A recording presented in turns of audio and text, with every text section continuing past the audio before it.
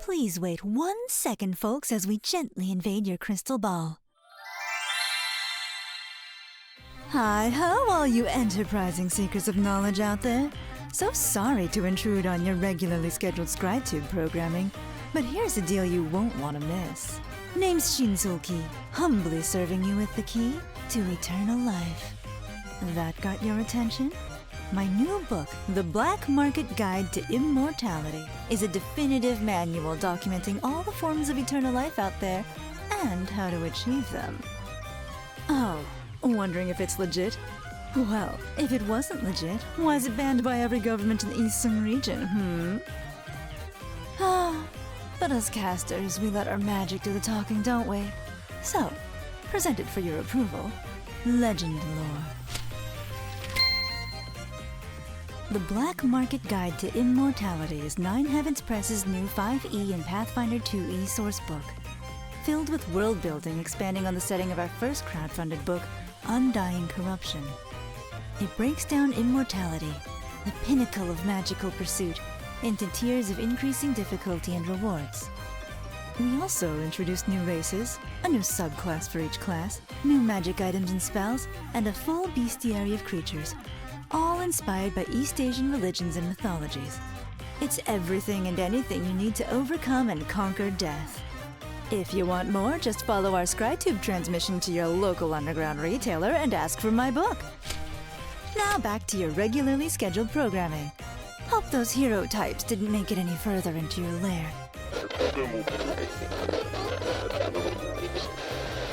Toodles. Hello, everyone. Welcome to episode 6 of our Korean folklore and mythology campaign, Undying Corruption by Nine Heavens Press. Thank you so much to our sponsor, Nine Heavens Press, for making this possible. We are featuring a number of giveaways on social media and including this live stream, so please be sure to use !enter to join in here. And for our folks over on YouTube, please check out more information about our giveaways over on social media. You please also check out Black Market Guide to Immortality. You can find the QR code here on the screen to check out more about the 5 new species and ancestries based on mythologies from China, Japan, and Korea. We will also be featuring 13 new subclasses, that's a lot of heckin' subclasses, and also over 50 monsters. Before we jump right back into what happened last time, we are going to reintroduce everyone at the table. So please tell me who you are, where we can find you, and who you're playing. And we'll start with Faria. Hi everyone, for the very first time today. How are y'all doing? I am a variety content creator. We do content all about learning and the comedy of failure, all that good stuff. So find me at Fariha on most platforms, or ask Fariha on anything but Twitch. Yeah. But today I'm going to be playing Tashi, and she is going to have more of a lore reveal today. It's going to be a more roleplay heavy episode, and I'm really excited to get into why this tortured tiefling has such a hard time sleeping at night. Thank you so much. Next, we have Brandon R. Kim, who unfortunately is unable to join us for this episode, but will be joining us for the next one. Please check out Brandon's socials there in chat. Next, we've got Kay. Hi, gamers. I'm Kay. You can find me at ReplayK on Twitch and Blue Sky. I'm playing Kangbu, a dwarven warlock, whose patron saint is the Chosung Saja, unique to the Undying Corruption content. Check that out. He has a love for cooking and many other things, which I'm sure we'll unpack shortly. Thank you very much. And next we have Technique. Hello, I'm Frank, or Technique, and I do a lot of nerdy stuff. I like TTRPGs, RPGs, anime, you name it. Anything nerdy, I'll probably do it. You can find me 6 days a week on my channel, but today I'm playing a male gumiho named Suho, who is very mysterious. It's very rare to see a male version of gumihos.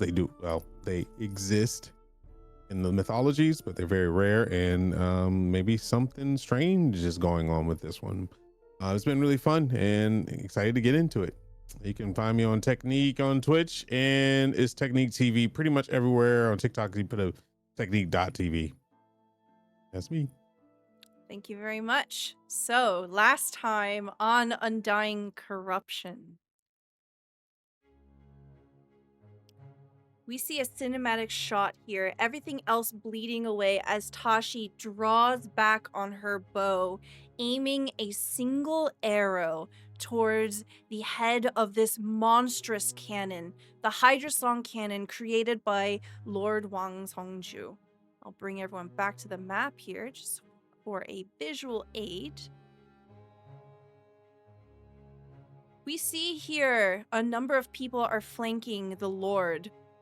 And as this arrow cuts through the air and goes straight into one of the holes of the cannon, we see an explosion rip through the room. Fire bursts out in a catastrophic wave as it engulfs the entire room here in a blinding light.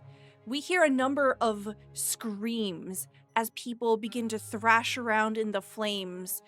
Kengbu, Tashi, Suho, you are forced to look away to shield yourselves as this immense heat erupts through the room. You are unsure what exactly has happened to Kyungbo until, finally, the fire moves just enough where you can see his form. He's on the ground, still moving, still breathing, but very badly hurt. It's difficult to say in what state others are as well. You can see towards the northern side of this workshop that there is a person inside of a cage. Someone has been taken prisoner here, and she is shaking the bars. She doesn't seem to be hurt whatsoever, but she is freaking out because of the fire. You see that from the aftermath here, there are a number of individuals that have taken significant burn damage. The one to the north here, a masked individual, is clearly dead. The same to be said of the one to the south. But the remaining unknown entity, badly burnt, limping, forces themselves out of the room that you're in and into an adjacent chamber. What do you do here?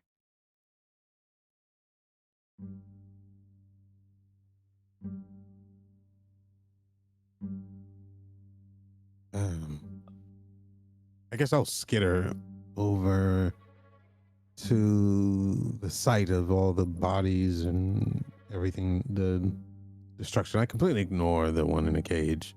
I'm just fascinated by what just happened.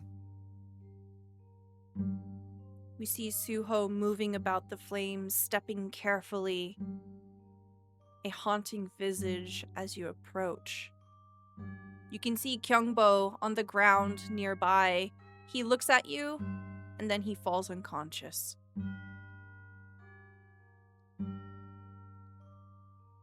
I turn to the sound, but I snap my head to it. But at the same time, I'm constantly enthralled by the flames and the carnage that's happened. I completely ignore.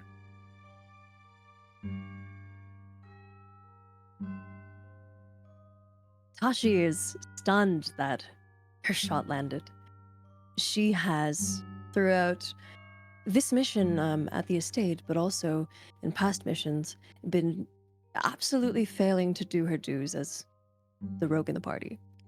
She has been making missteps at every turn and expected herself to miss that shot, in all honesty. So shaking herself out of that daze, the instinct kicks in because she saw a figure run through the smoke trying to perhaps move deeper into the basement, and the instinct to cover up her tracks kicks in and she chases after them in the smoke.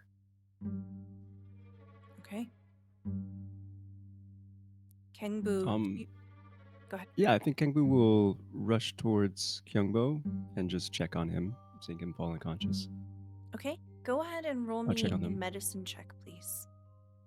Medicine.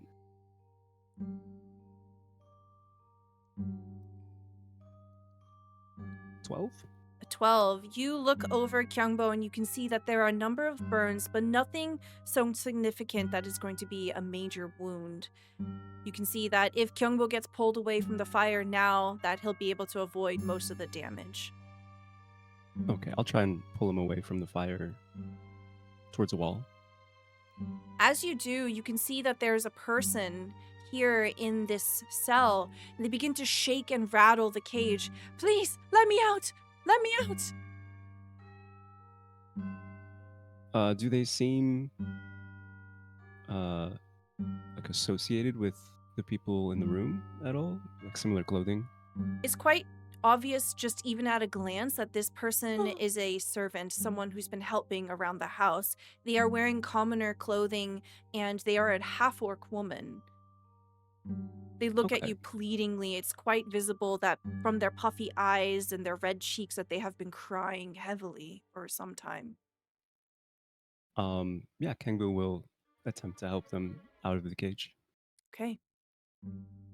As you go about that, Suho, you see Tashi running past you through the smoke and flame. Mm. uh,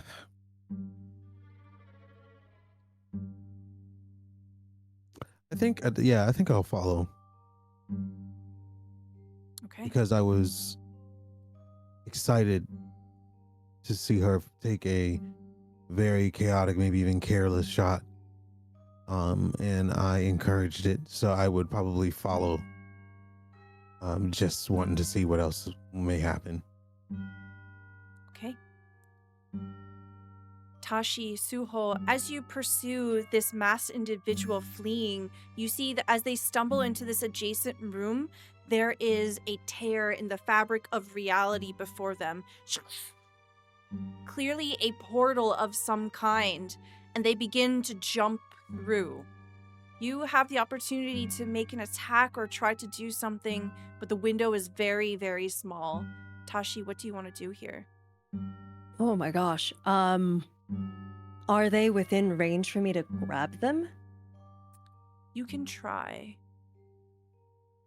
Stunned and dazed from everything that just happened, I think Tashi's just gonna go for a basic grab of their ankle or whatever is close. Okay, sleight of hand, please.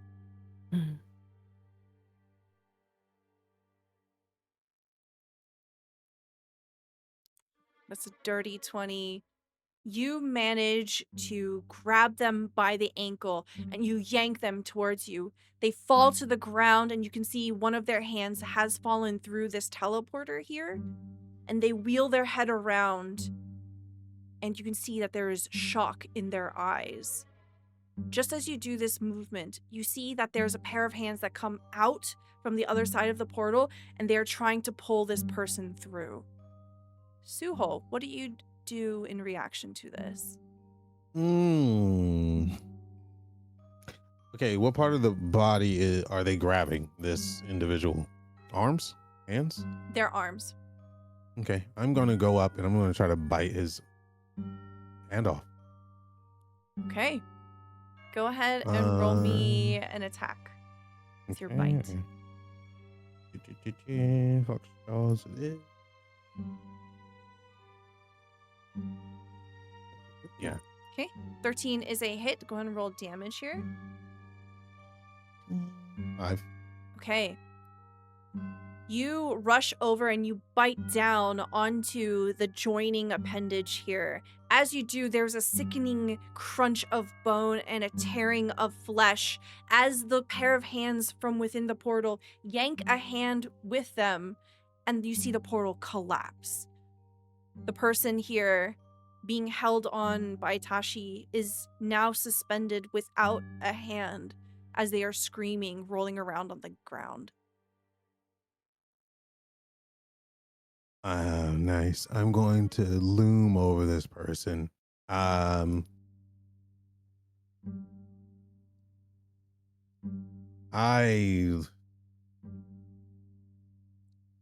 that bite did something. Okay, well, I guess I'm not thinking straight.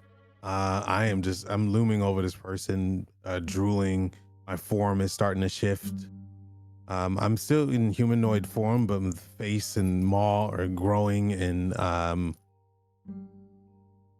not thinking clearly. But I'm not too lost to make another attack. It's just that blood was drawn, so. You see that this individual, now only with one hand, reaches over to their belt and tries to grab a short sword, trying to yank it free of its sheath. Tashi, what would you like to do here? Are they trying to pull the sword out with a dominant or non-dominant hand? We only have one. Let's see. Yeah, Yeah, I'm which just one curious is which it? one it is. Yeah. Oh no, I was saying that to worse. It appears to be their dominant hand. So it is a favorable pull. The sword is on the opposite hip. Aha.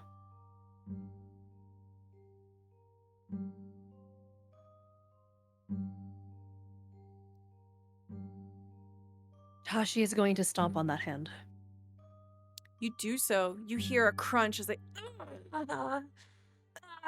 they release, and there's a clanking of metal as ting ting ting the sword falls to the ground. They twist and turn underneath the weight. Tashi knows better than to try to subdue someone who's thrashing about. And so she'll go and pick up the blade that the guy was reaching for. You do so. And start just circling him, twirling it about, feeling the weight of it. You can see panic setting on their eyes as they try to escape. They're going to try to wiggle out of this. Do I get a turn? Yeah, they rolled an 8, so you see that they are Nice. fumbling all about. The two of you have them cornered. Suho, what do you want to do here? I'm in predatory mode right now, so I'm cast sleep immediately. Okay. What does this look like while you're in your fox form? Oh, it's not pretty. Every time I cast sleep before was in humanoid form and is masked. This is like complete and utter shadows. All the light in the area goes out, and it's almost like a spider arms coming from the back. It goes around and then eclipses all around the room, and then wraps around the individual and goes up into their nasal cavity and causes sleep. They take in a deep breath. Did I cast it? Yes, you have Oh. to cast the Wink. hit There we go. points. Okay, that's more than enough. You see they suddenly go slack and they fall down to the ground unmoving. Tashi, you see this feral, raw power emanating from someone that you consider to be something of a mentor. This room that you're in is quite small. It probably could only fit a couple of grown adults, shoulder to shoulder. And in this small space, you get a front row seat to that power. Can I insight check it? Oh, yeah, absolutely.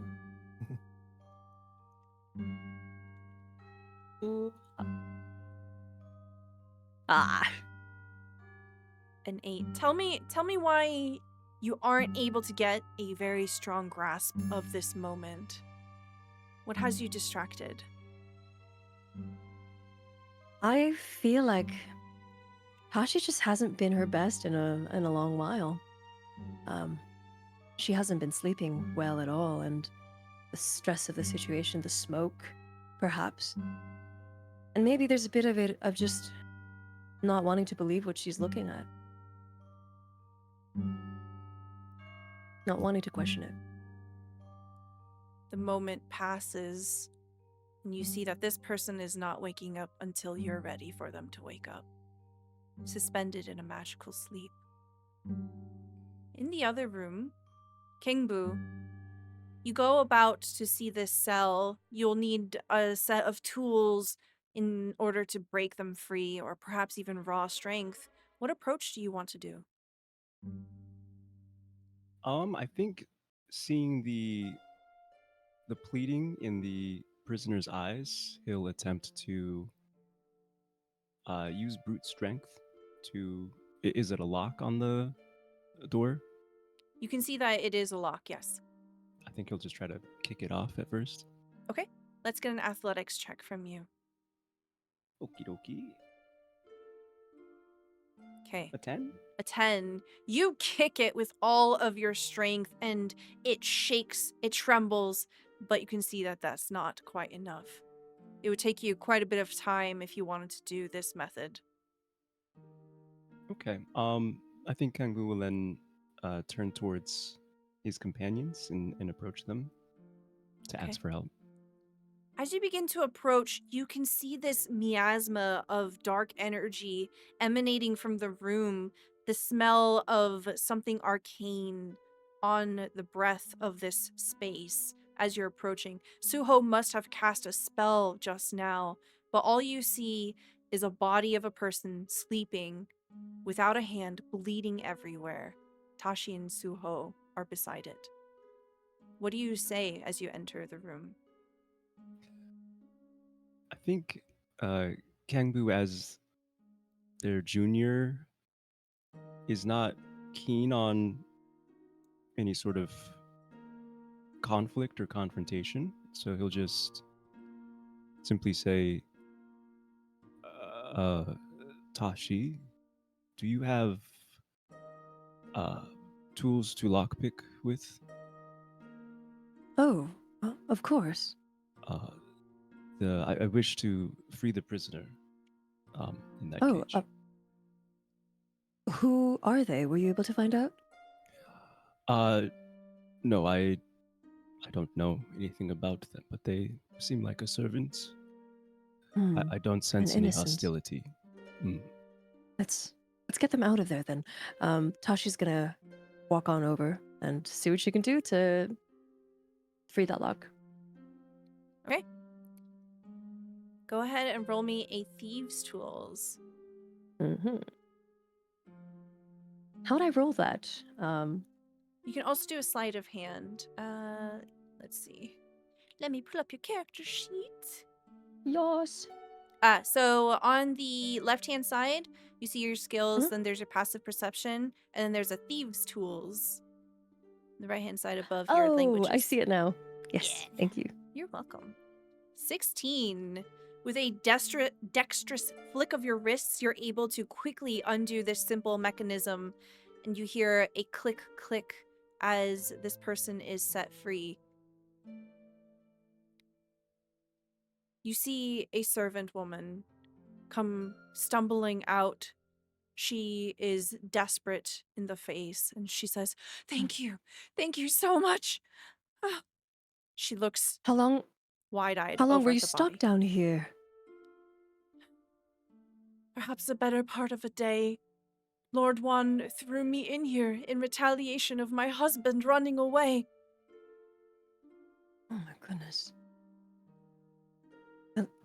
You must be freezing and you must be starving. There's an inn in town. You know the one, yes? She almost seems to be in a sort of frenzy here, and she'll attempt to try to grab your wrist. Oh. If you let her, she just holds it, and you can see that you can feel this death grip through her fingers. She's shaking. She's so scared. And she looks you in the eyes. She looks like she's on the verge of crying. She says, "Have you seen Haru?"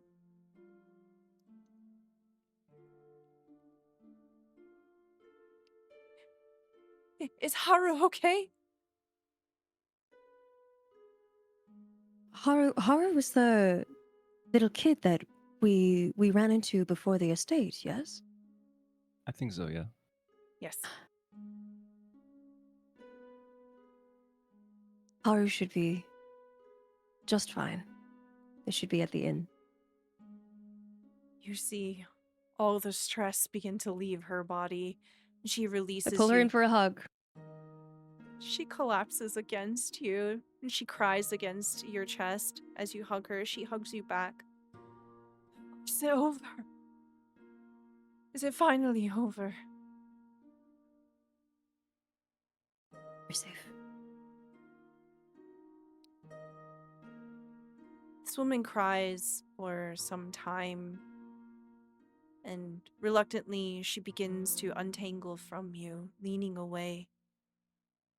She casts one last glance over at the fallen Lord Juan. That man. That terrible, terrible man. He's responsible for all of this.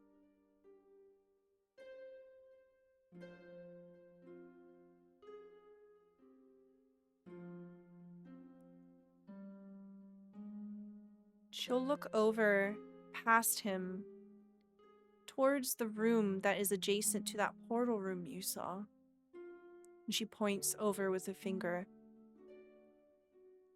Lord Juan was speaking with those individuals that are dead now.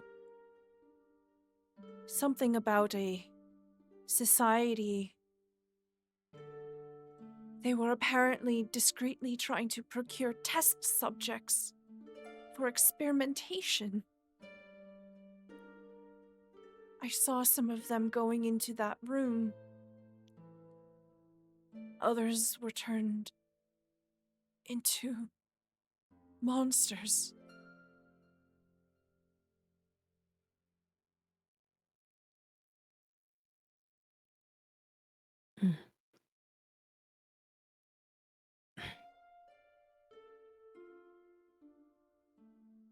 You know what?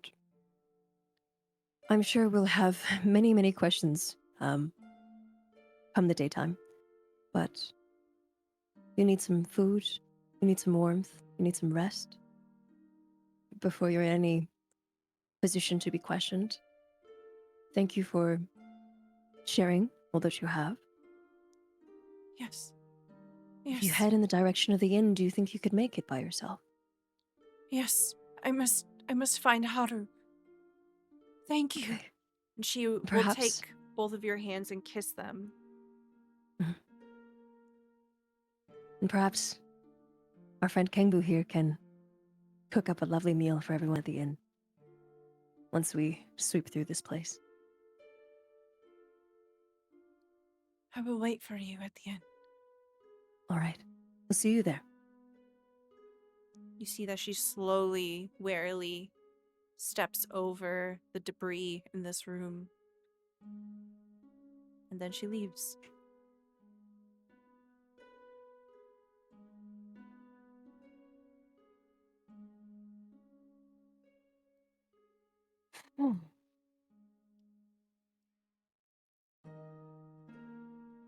It's never just a Thank you. simple house call, is it?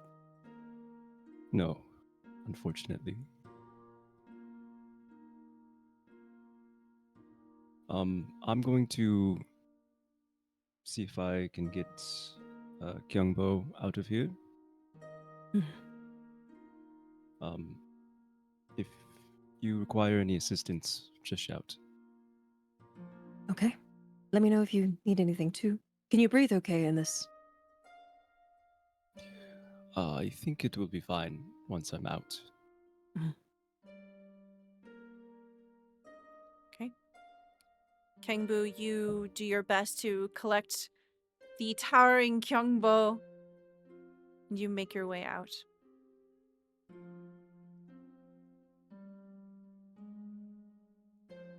Tashi, you are left alone in this room of carnage. You can see that most of the fire has just naturally died away now. Smoke curls in the air. You're able to avoid most of it. But in the direction that the woman had pointed, you see that there are two doors. The one that you had gone through, and then one that appears to be locked. You can see that there is a significant keyhole in the center of it. Significant keyholes are my specialty. I'm going to try to open it. Okay. As you go up to it, you can tell that it is very elaborate and going to be very difficult. Ooh.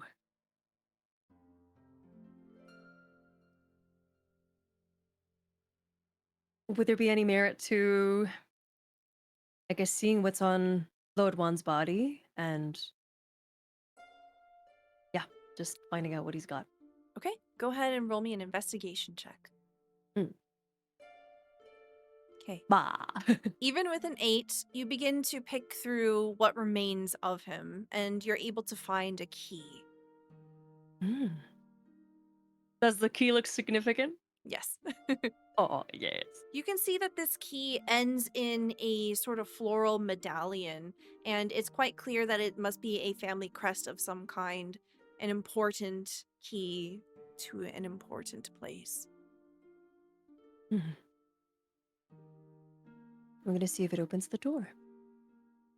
It slides in like butter, and you hear a significant shifting of multiple mechanisms as you turn it in place once, twice, 3 times, and it opens the door to what is very clearly a treasure room of some sort.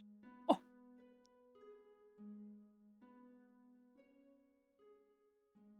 You can see that there are stone grooves on the walls here, and they are holding a number of valuable art pieces. Some of them are lacquerware, some of them are smaller trinkets such as a jade butterfly, some fine silk rolled up neatly, and a golden turtle. There's Mm. also a safe tucked away into the corner of the room. Ooh, another important lock. I'm going to gesture over to Suho and call out for him. Do I hear anything back? We cut over to Suho. Suho, you have been left unattended with this sleeping person for some time now. What do we see after Tashi leaves the room? We hear Kangbu struggling up the stairs with Kyungbo in the background. What do you do? I'm still has gone into half beast, half humanoid form. His feet are that of a fox nature. Her upper body is a little bit larger in face, and from the face down to probably about the waist is in like a fox, almost like a werewolf looking form. And is just kind of not straddled, but like looming over this individual. And maw is like 2 inches away from his neck. And I believe right when it's not going to be like a snap, but it's like slowly opening. I'll hear the name being called out, Hitachi, and it'll kind of snap you out of it. Almost like if you go up to a cat's food, you know how they kind of look like someone's threatening to take it away from them, and will then pull back and stand up straight and trying to shake away the feeling, and you'll start seeing as he's shaking, the features will start to go back to normal. Suho, we found the treasure! There's so much of it! Angrily, he'll grab the back of the neck of the individual and drag him. But it's not like I want to drag him with like kind of some strength to it, and kind of just not throw, but just slide the body on the ground and walk over to Zashi. You're like, what? What was that? Ah, you brought your treasure here too. Well, look here. We have our spoils of war. Oh, And this is where you tell me we can't take any of it. I didn't see anything. My eyes just keep reverting back to the body. There's nothing in the rule book about treasure. Also, it was a very disgusting person. If anything, he's took this from people. He doesn't need it now. Didn't need it then. So you're saying some wealth redistribution is in order? This is your case. All right.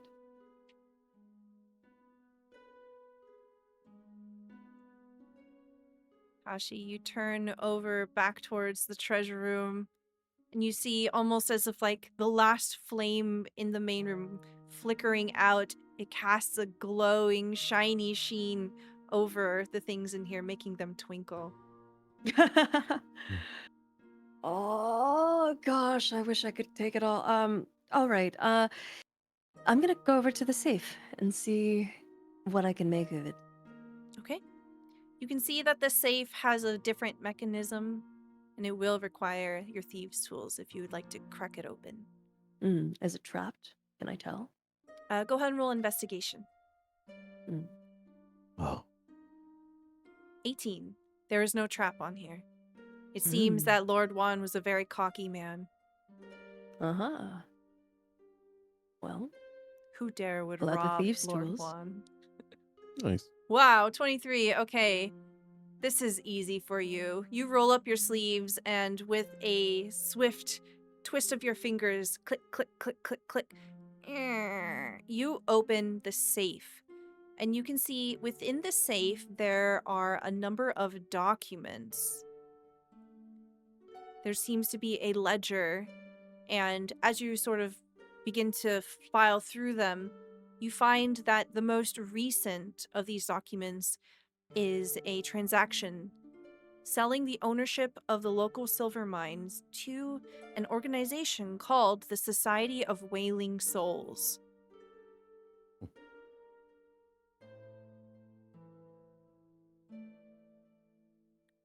As you thumb through that, you can see that there appears to be a stamp seal at the bottom of this document bearing the symbol of a three-legged crow.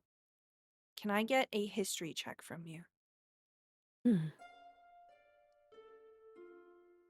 Oh, 17. Okay, 17. You recognize this immediately. This is the seal of the royal family of Danguk, the leaders of the country that you are currently in.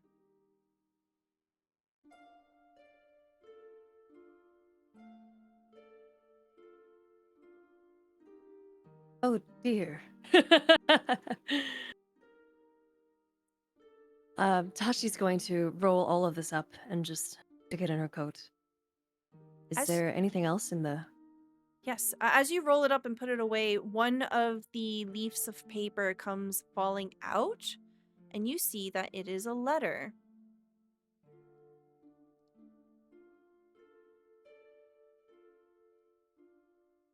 Font is kind of hard to read, so I've written the text down on the bottom. It Let's says, see. Lord Juan, you and I had a crystal clear arrangement. For wealth and our promise of a position in the coming order, you will calm the public and assure them that they have nothing to fear. We've had miners stirring up resentment against us, even trying to sneak into the facility. Please know that we've held up our end of the bargain and hidden our tributes under the pretense of accidents to the best of our abilities. But all of that is only worth a fig under our agreed conditions if you do not fulfill your end and maintain the obliviousness of the workers involved.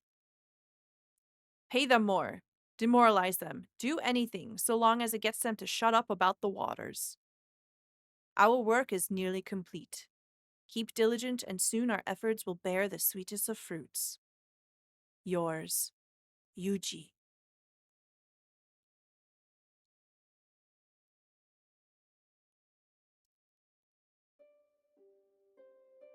You know when you go to do a small job and then it turns into a slightly bigger job, and then it turns into a slightly bigger job because you need all these things that you didn't have, then you need to do all these things to acquire the things that you didn't have to do the thing that you needed to do in the first place, and... Oh god, I need to sleep. I pick it up and pocket this too. I'm sure the others will need to see this. This seems important. Okay. You see that there is a pouch of about 50 gold inside the safe as well. But beyond that, nothing else.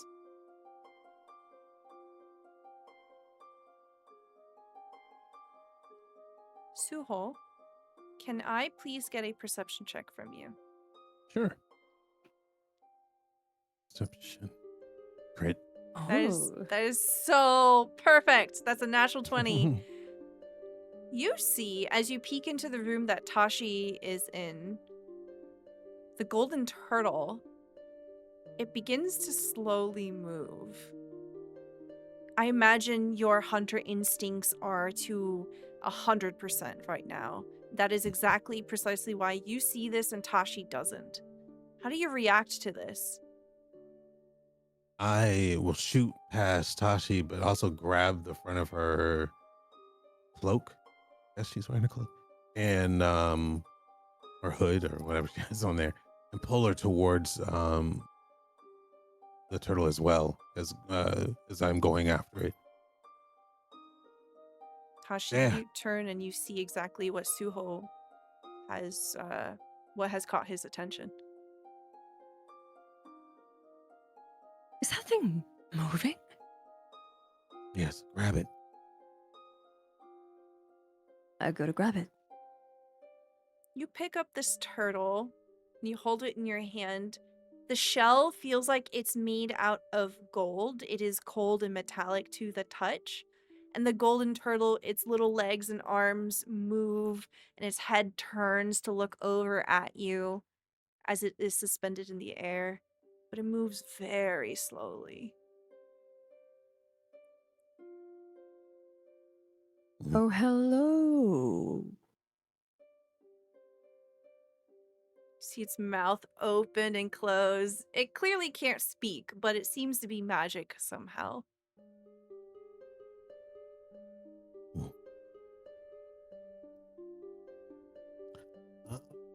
Can I do an Arcana check? Yeah, absolutely. Okay. 13. 13. You can smell magic on it, but perhaps you'd need to spend more time with it in order to tell what exactly it does. Bring it with us. Either I can research it later, or you can give it to the boss. Sure is a fascinating little thing. Mm. I pocket the 50 gold in the chest you mentioned earlier. Okay. Thinking that it would be a nice little boon to the coffers of the inn, having to take care of so many extra people. And yeah, is there anything else in the room that we could take with us before we get on out of here? Yeah, is there a deed or anything to this place? You don't find a deed, but you do find the jade butterfly, you see the silk, and you also see the lacquerware, which is essentially just fine pieces of like jewelry boxes and other trinkets and containers that have a kind of like a shellac sort of porcelain finish on top of it. I'd help carry whatever. Obviously they could either sell, or it'd be a nice tribute to the innkeeper. Okay. As you pocket the things and you begin to make your way out, you make your way outdoors and you soon bump into Lady Lee. Oh, perfect. Oh, I'm dragging that that body with me. That person dragging them behind us. Do you want to take them all the way to the Chubak? Do you want to take them to the tavern? Okay. Somewhere near it, at least. Okay. You leave the estate and you make your way back towards the tavern. And Suho is dragging this body through the street. This person is still snoring quite loudly. You can tell that they are unconscious but alive as they essentially are taken across the dirt here. People look on in suspicion and uncertainty. It is still quite dark, but we'll say that it's going to be sunrise probably in the next hour or two. There are a number of people coming out, and the signs of industry are waking up around you. When you make your way back to the Chumak, you can see that Lady Lee is joined with Kengbu. She turns towards Tashi and Suho and says, I'm glad that you have made it back safely. I've made sure that Kwanboram has given more than ample attention to your friend Kyungbo. He will be okay.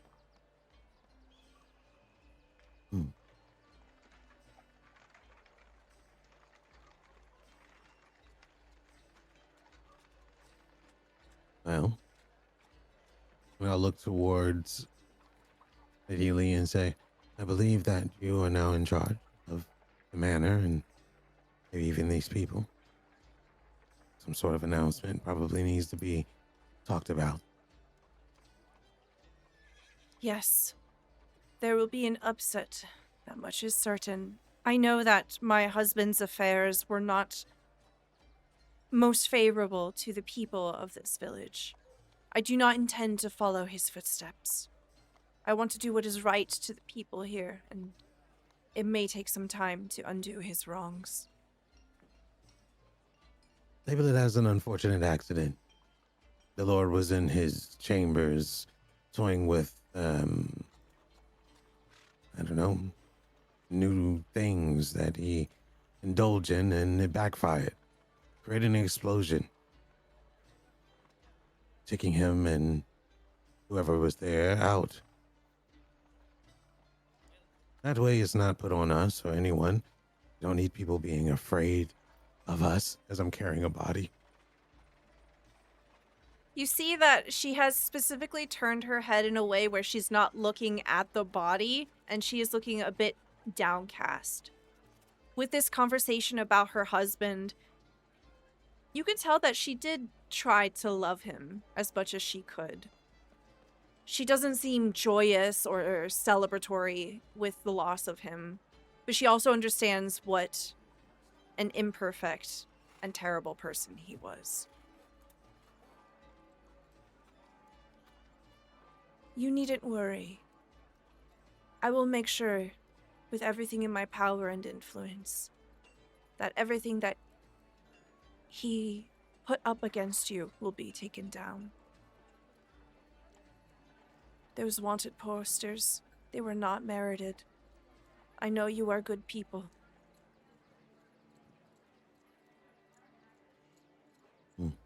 As Tashi makes move to leave, she jerks around, deciding to have this conversation, grabbing the lady's wrist with a shaky hand of her own. She says, I'm so sorry about your husband. I'm sorry I parted him from you. And that you have to go through this too. I hate that I had to do this. She puts her other hand on yours, and the touch is warm. You can feel her appreciation in her gentleness. And she says, thank you. I know it to be true that if it wasn't you, it would have been someone else. He I grew... hope you can heal from this. Thank you. In the meantime, there is work that needs to be done. Did you find anything? Any reason to why he suddenly became so erratic over the last few days?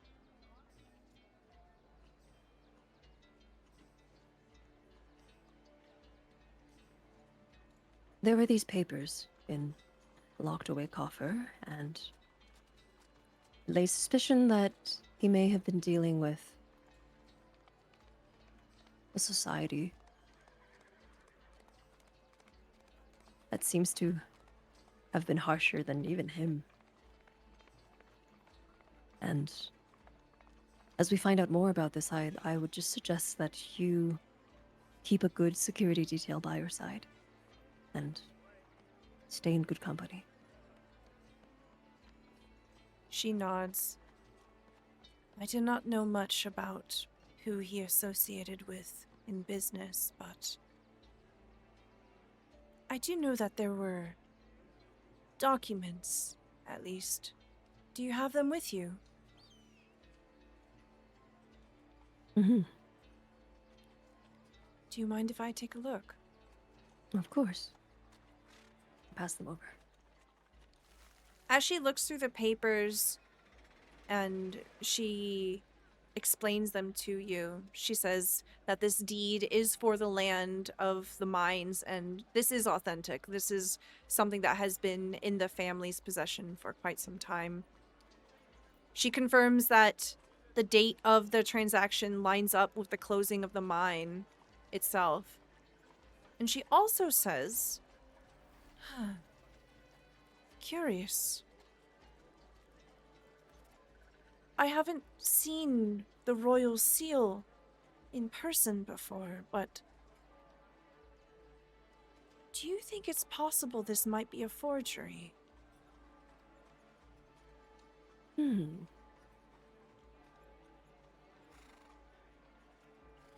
That's definitely something to keep in mind. What do you think, Kangbu?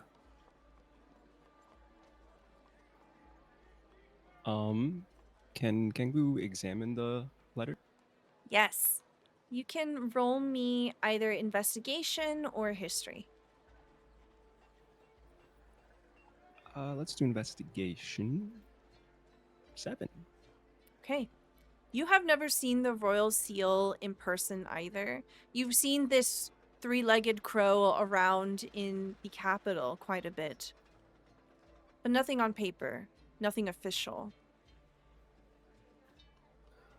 I'm far more familiar with metals and stones.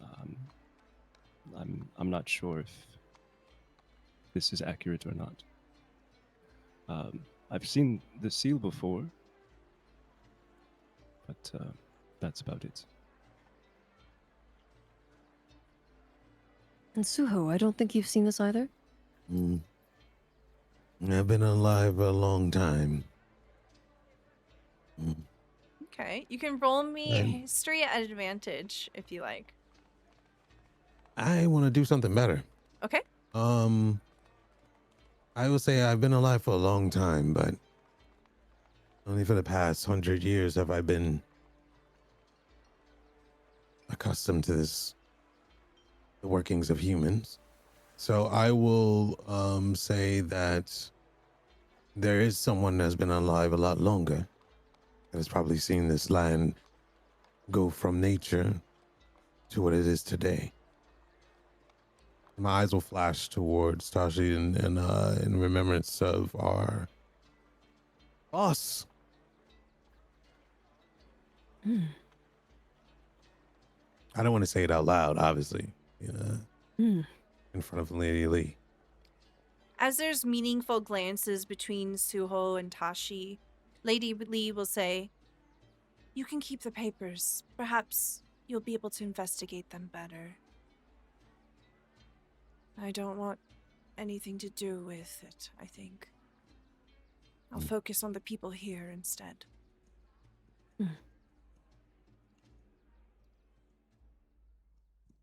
But please keep me in the loop.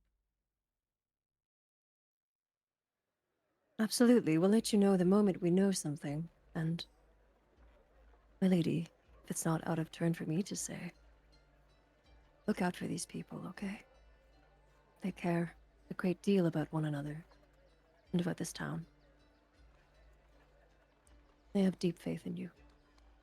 She folds her hands in front of her and she bows deeply from the hips, a sign of great and immense respect to you. And as she straightens, she says, "I promise you, I will." She begins to leave, and you see, trailing with her is her handmaiden Yun. You see Haru, and you also see the orc woman that was imprisoned earlier. They leave together as a group, and they make their way back towards the Hanok. You see Kwan Boram finally come down, the proprietor of the Chumak.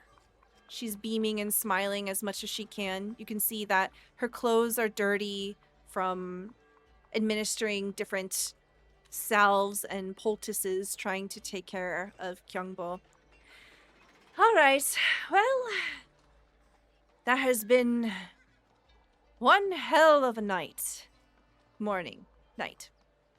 Same thing. I'm so glad to see the lady is all right. And how are you?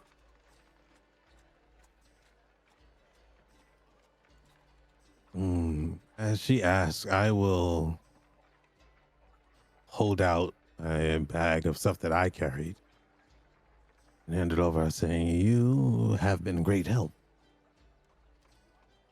Oh, You might have better use for these than I do." as she opens the bag and sees what's inside, you see her eyes go wide and her smile sharpens. Oh, this is unnecessary but appreciated. And she begins to look around. I think I'll replace those rafters. Oh, and we'll get new beds. And new teacups. Yes, thank you. Thank you. Please, feel free to use the chumak as you like. Get a few nights' rest. Kyongbo certainly cannot move. Not today, not tomorrow at the very least. So just get some rest. Help yourselves to the kitchen. And she looks over at Kengbu. Whatever you need, please. My kitchen is yours. Thank you. Oh, I'll make sure that you feast like heroes today. All right, let me go draw you a bath. How does that sound? And, Oh, that sounds divine. oh, she looks down at the unconscious person covered in mud. Is this a friend of yours? I will handle this one. Not a friend. Okay, well, make sure you take off their shoes. No shoes inside. All right, let me get some rice cakes ready for you. And you see that she runs off, gathering her skirts into the direction of the kitchen.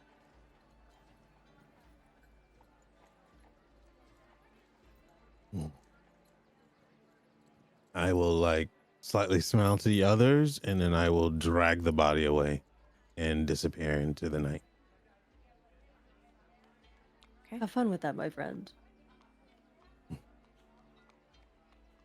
And without a word, the shadows have engulfed Suho. Okay.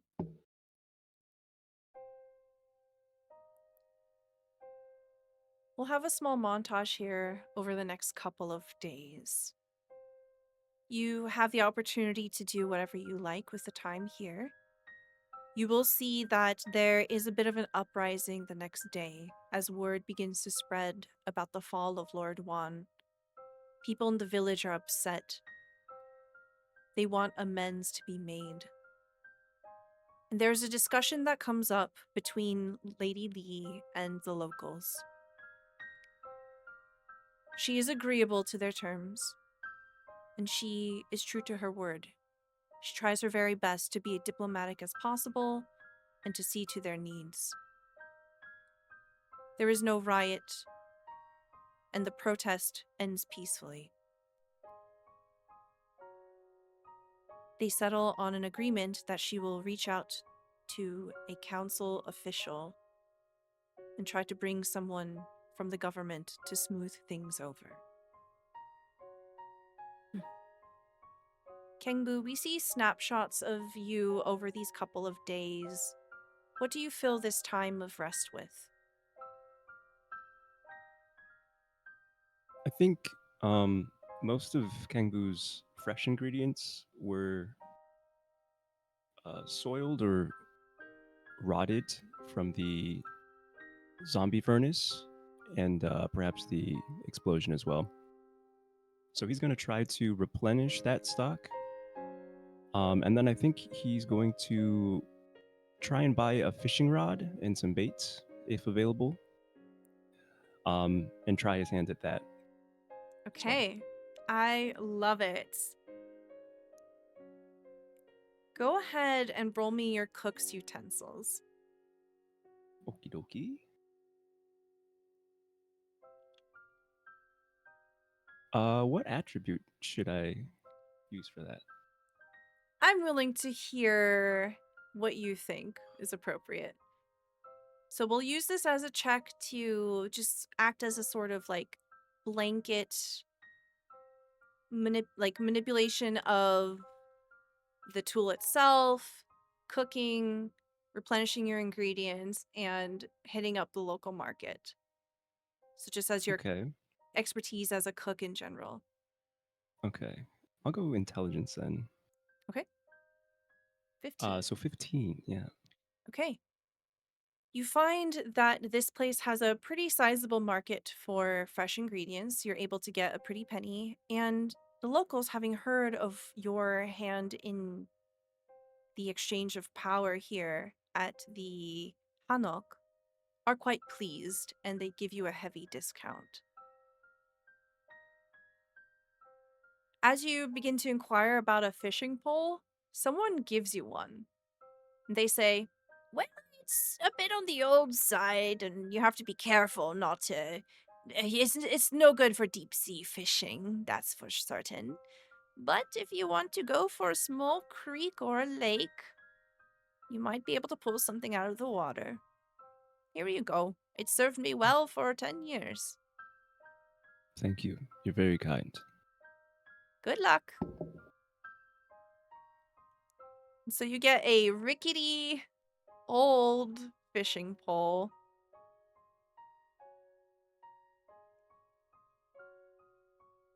As you find a place near the swamp to settle down and cast the line for the first time, Kangbu, have you done this before? I think this is his first time fishing. Most of his time has been spent in the mountains, not near a body of water, really, of any sort. You know the basics. You put a sharp thing onto a string and you throw the string into the water. It can't be that difficult, can it? Go ahead and roll me sleight of hand here. It's all in the wrist.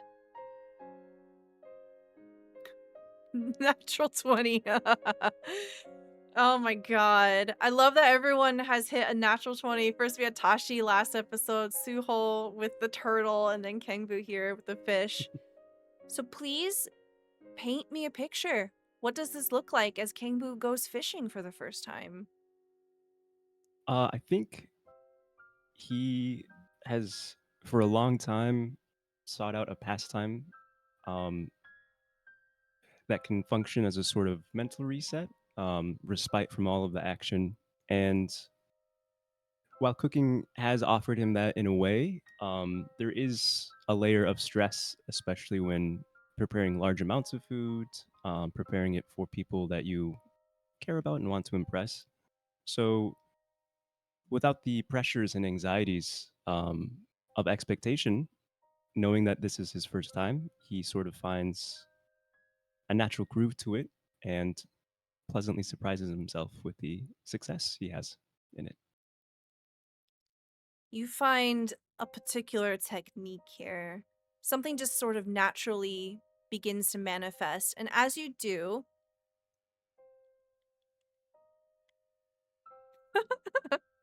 I rolled a d20 to see how many fish you caught, but I rolled a 1.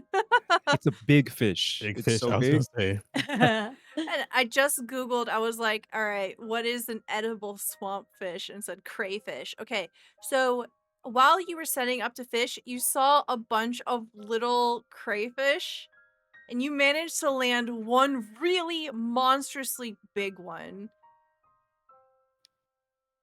You struggle, but you manage. The rickety fishing pole holds true, and you yank it out of the water, and this is a rusty red crayfish that looks like it could feed 5 grown adults.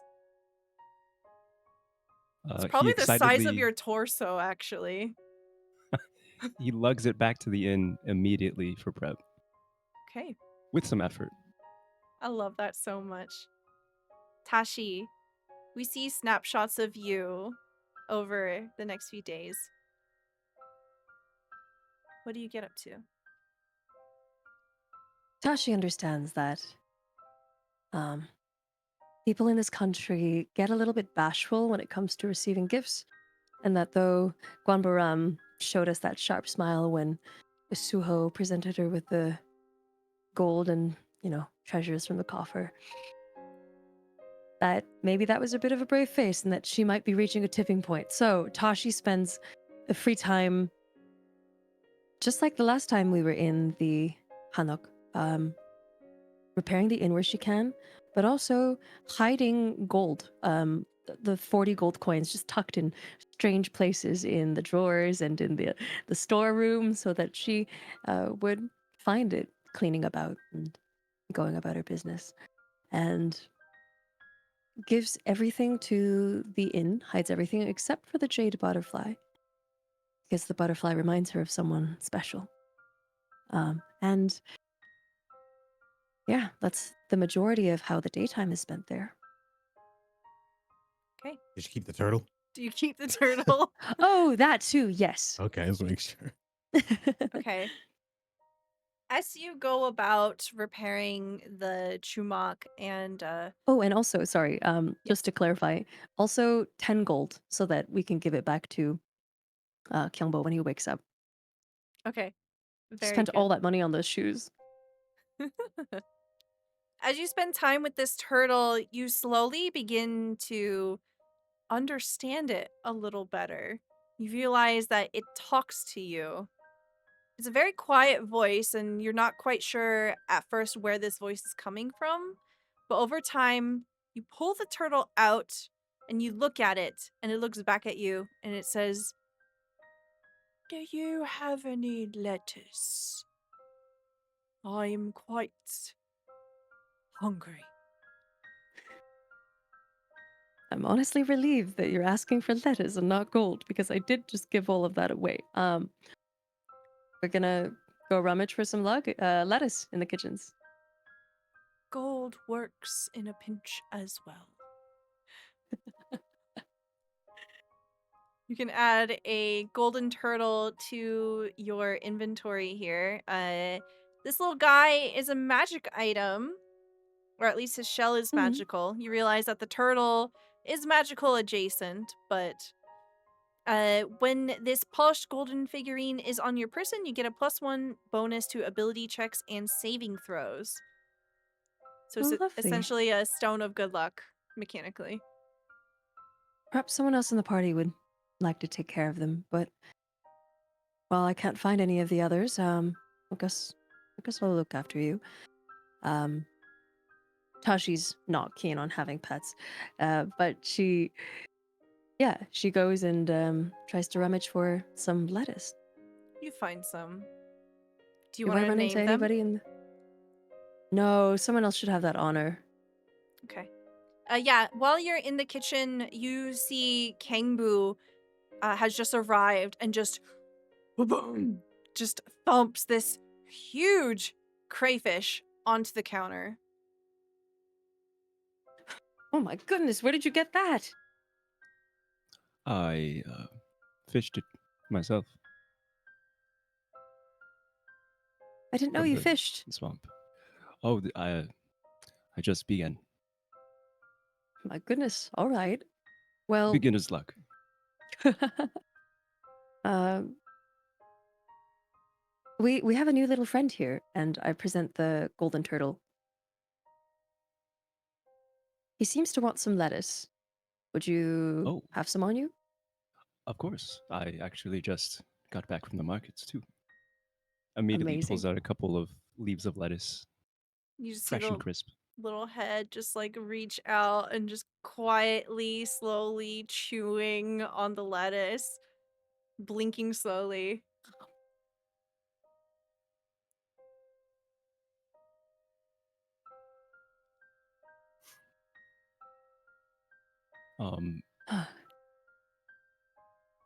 Are you allergic to shellfish, by the way? I can't say that I've ever had whatever it is that you just caught. What Hmm. is that? I believe this is a crayfish. Mm. Do you need any help preparing it, or are you good over here? Oh, no, thank you. So, And you see that Tashi is like struggling to keep it together. She's yawning so much. It's it's unrelenting. Well, I'll be upstairs if you need me. I need to lay down for a bit. Please rest up, and I'm sure there will be food ready when you awake. We're so lucky to have you here. And with that, Tashi walks up the stairs. Suho, we see Yeah. snapshots of the few days with you. What do you occupy your days with? During the day, I'm walking around the village. I'm talking to a lot of people. Is there a tavern type area and thing in around this village or anything? The Chumak that you're staying in has essentially like a tea house, and it has Okay. like rooms adjoining it too. Yeah, at night I would play at the Chumok in the Chumok where the gathering of everyone would be. I'm assuming this place is busy since you pulled everyone from the manor, and I'm assuming they don't want to go back there anytime soon. So I will be playing different instruments, and going around the village and helping people with small repairs or small errands and getting information about the locals and people that come in and out of the village from travel. Okay. Let me get either an insight or investigation check from you. Okay. Which one is bigger? Insight. Where is it? Okay, insight. Ugh, a 7. 7. You actually find it difficult to get information about other people because everyone is just so excited to talk about you. They ask Oh. you and the other Mudang questions. They seem to be curious about what it is that you do, and where only a few days ago you were wanted, now you find immense popularity. That works as well. I'm going to say or guess that maybe even sometimes people would slip up and say a little too much, as in being a little too eager to get to know me. I'll try to use my charisma and my charm to reverse, like answer with questions. Try to play the game of back and forth with them, and just seem overly kind. And I'll have like a big wry smile on my face all the time. And I will definitely stalk areas where people drink. If there's arguments of anything happening or people going back and forth, just local gossip and stuff, I'd be very much stalking those areas from afar and taking notes. And every night after playing in the Chumok and everyone's asleep, I'd slip out and then come back and then slip out and just check on Baram and get information from her. It's just I'm just collecting and been very busy. And I think to the others it'd be very, very like strange and not like Suho to be doing this because I'm kind of a recluse. Kind of avoid people unless I need to. But this time I'm very much around and about. Yeah, as these couple of days pass by, Tashi and Kingbu, you actually barely bump into Suho at all. Your mentor usually is only an arm's length away, available to you most of the time, but whenever you get glances of Suho, they seem to be talking to other people, laughing and drinking, and then when you turn to go towards them, they're gone. On the evening of the final day of rest, Kengbu, you put together a luxurious meal. You see that Kwan Boram has not exercised any restraint and has had every available ingredient brought to your disposal.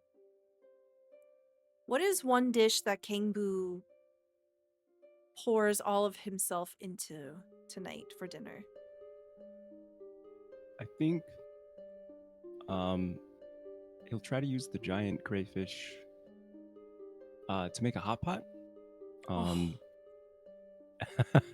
I think the idea of just like a warm, flavorful broth with fresh vegetables, he thinks would be most reinvigorating for his party and the servants alike staying at the inn.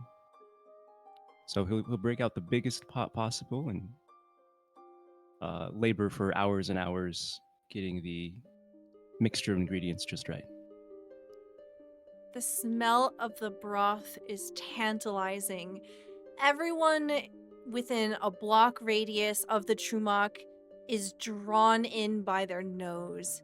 And there are so many people curious about this meal, and quite a few of them actually join. It ends up being a community event. You see that commoners come in, you see that there are people who used to work at the Hanok, you see a number of strangers as well. It is a successful endeavor. Kangbu, you see Tashi and Suho are also here mingling with others, and this goes on for several hours. Everyone loves this hot pot. There isn't a single bit of that crayfish left over. As the night begins to dwindle down, it is only the three of you left as Kwan Boram falls over, drunk, belly full, sleeping. And you hear the soft sound of a match being struck.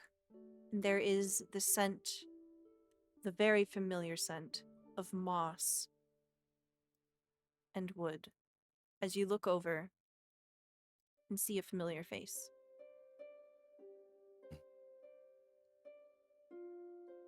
Song Ji-hyu, the Chosong Sacha, or your boss, sits half in the shadow of the courtyard right outside of this room that you're all eating in. She puffs on her long pipe, and as she turns towards the group of you, she says, I am to understand that things went well, or at least were successful. Who wants to report? You'll see me come out of the shadows in fox form, and I'll again lay next to Son Ji-hoo and glare at Tashi. All nine tails flare. Doesn't want to be bothered with it, because this was her case.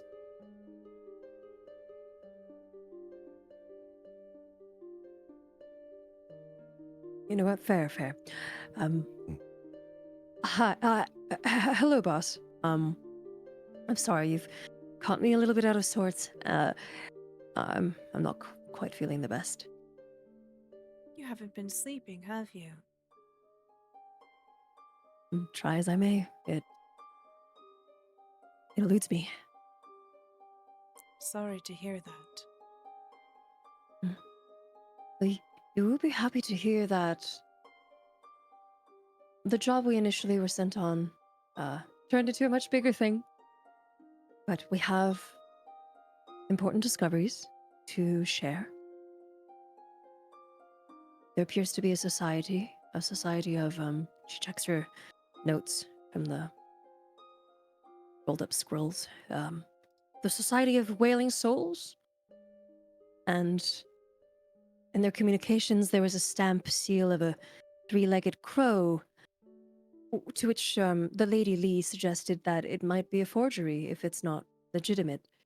But it's either that or there's some kind of royal fuckery going about. Pardon my language. Spare me no details. And as you go about telling her literally everything, she says, well, congratulations on finding the source of the pollution. Clearly, whatever is going on in the mines here, was responsible for sending those spirits into a frenzy. It seems that this Yuji, she points at the letter that you have with her pipe, is trying to pay off anyone who's asking too many questions about it.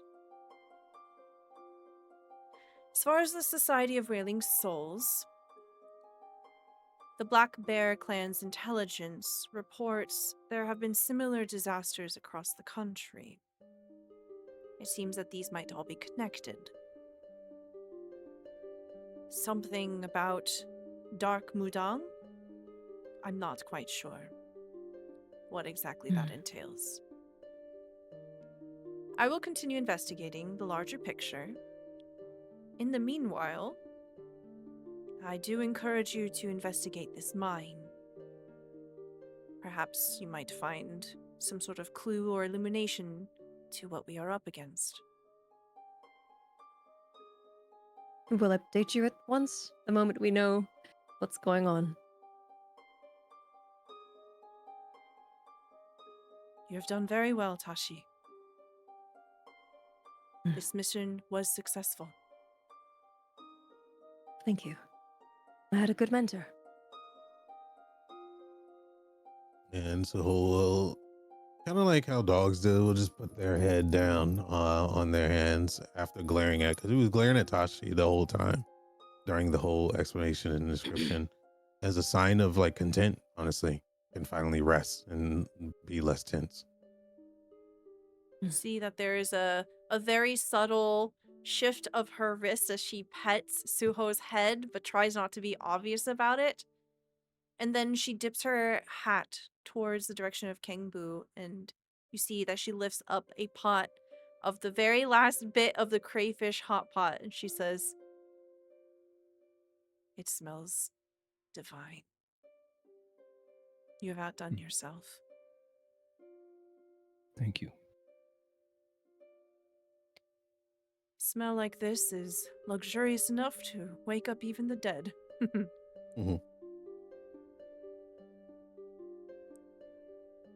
I hope you had plenty of rest. And please send my wishes to Kyungbo for his health. Path ahead might be difficult, but remember, I will never be too far away. If you need me, just call, and I will come. And Thank you you. see, as she puts down the pipe and reaches for a spoon, the sound of the pipe falling over draws your attention. And when you look over to where she was, she's gone.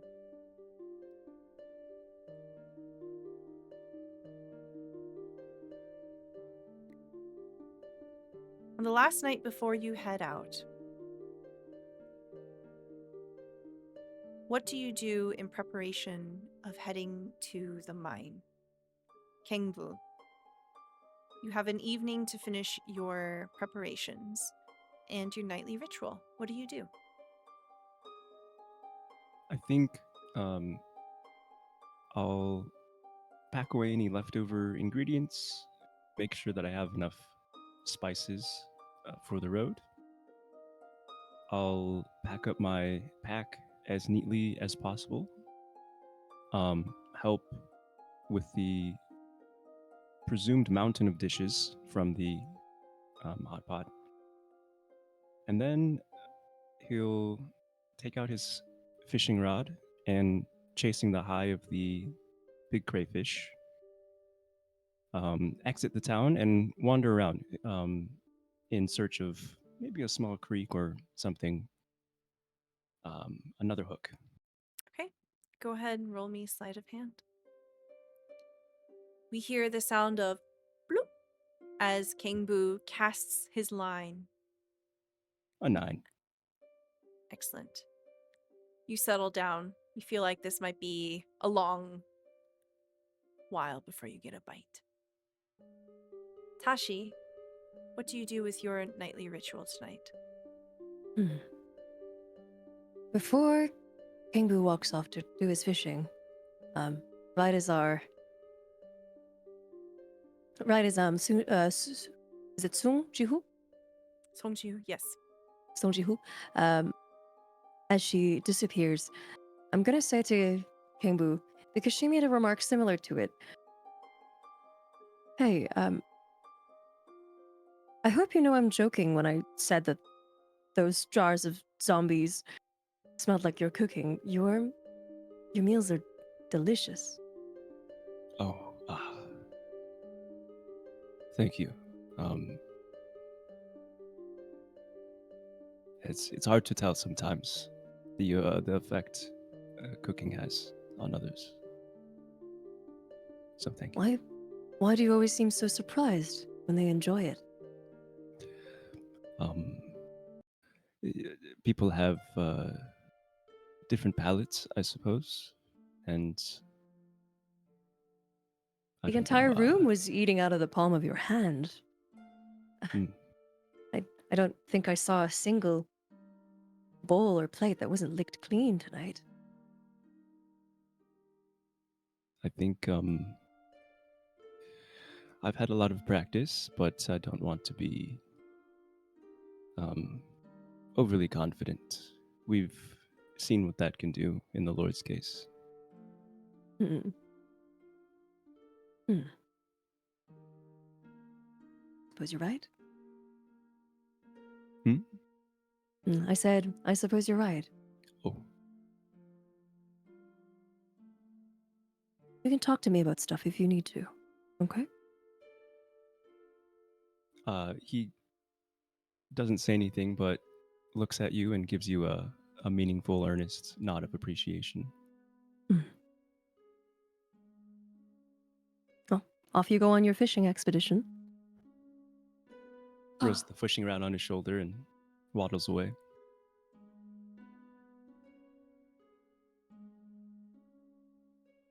As you are left, Tashi, you know that perhaps you can feebly try another attempt at sleeping. Maybe. Honestly, Tashi is slipping in and out of consciousness.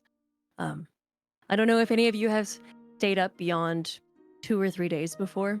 It starts to mess up with your like motor functions, your brain, everything. You just kind of start to shut down. And so, with desperation creeping in and another adventure looming on the horizon, Tashi's gonna try a little something different this night.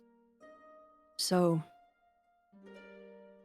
what you've seen is over the past week or two, Tashi slipping up on things that you've never seen her mess up before, stepping on twigs when trying to be sneaky, um, hands fumbling with locks, her mouth stumbling, trying to talk to superiors and trying to get through interactions.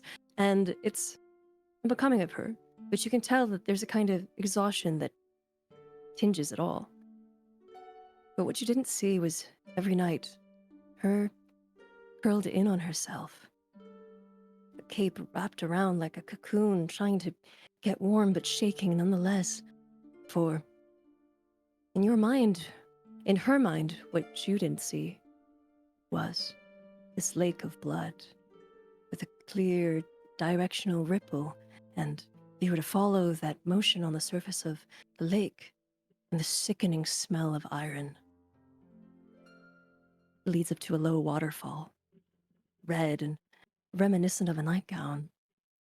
It's long and flowing with crimson into the lake below, and said nightgown is draped over a sickeningly pale woman, one with a familiar face, a beautiful face, Hitachi at least.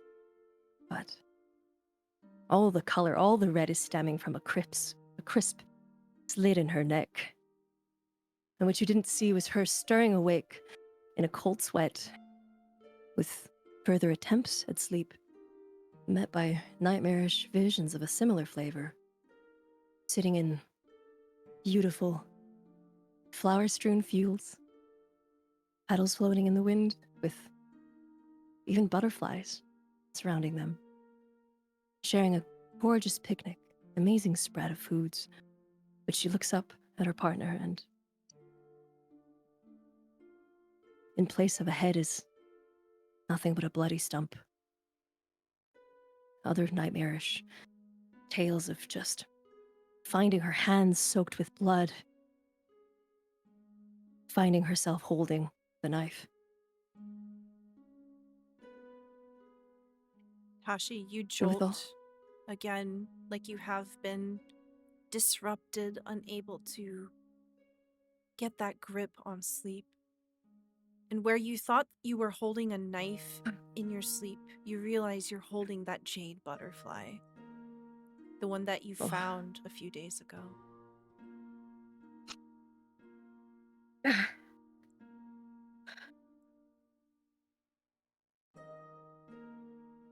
She gives a resolute exhale, and she reaches for the bottom of her bag, where there is this. There's a special item that she has stored away. She never uses. It's this little black velvet. I'm blanking on the name. It's not an eye patch. It's one of those eye masks for when you Mhm. sleep. And it's got the letter T just embroidered on it. And it's one of the few things that she has left over from her lover. And it's As the only thing that drives the nightmares away. As you think about putting it on, or just holding it here in the darkness of the room, you can hear that in the room next to yours that there are a number of people stumbling in, clearly drunk. You can hear them through the paper-thin walls. And you hear them whispering soft words of love. They must be a couple. Suddenly, the room just feels too stuffy. It feels oppressive. It feels uncomfortable. Maybe even with help, you're not supposed to sleep tonight either. At least not in this room.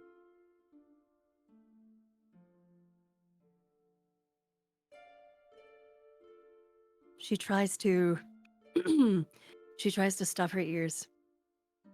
She pulls on this face mask just to try to see what happens. She is so exhausted.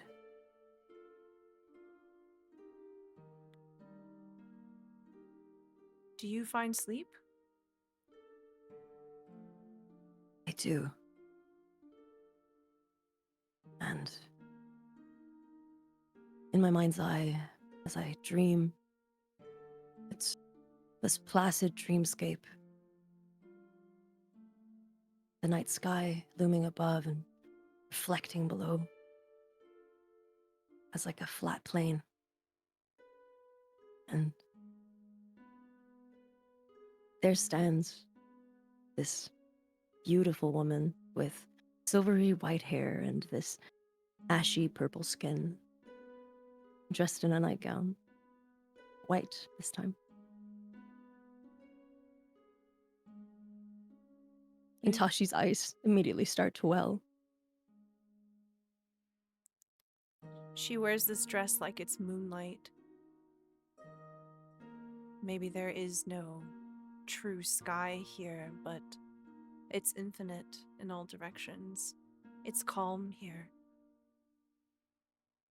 There's just enough of a breeze that it feels like the gentle caress of fingertips on your skin, but not so much that it jostles anything. It's a sort of comfortable stillness. I try to walk towards her.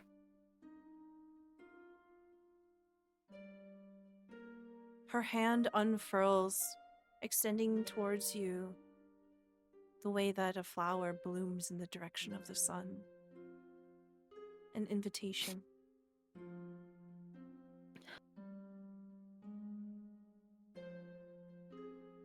Does she say anything?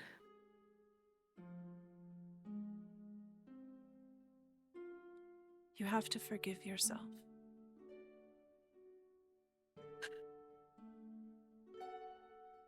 God, this is worse than the nightmares. I miss you. I miss you too.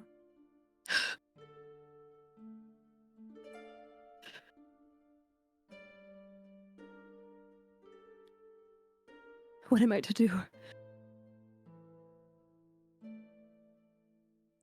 First, you forgive yourself. And then you find yourself.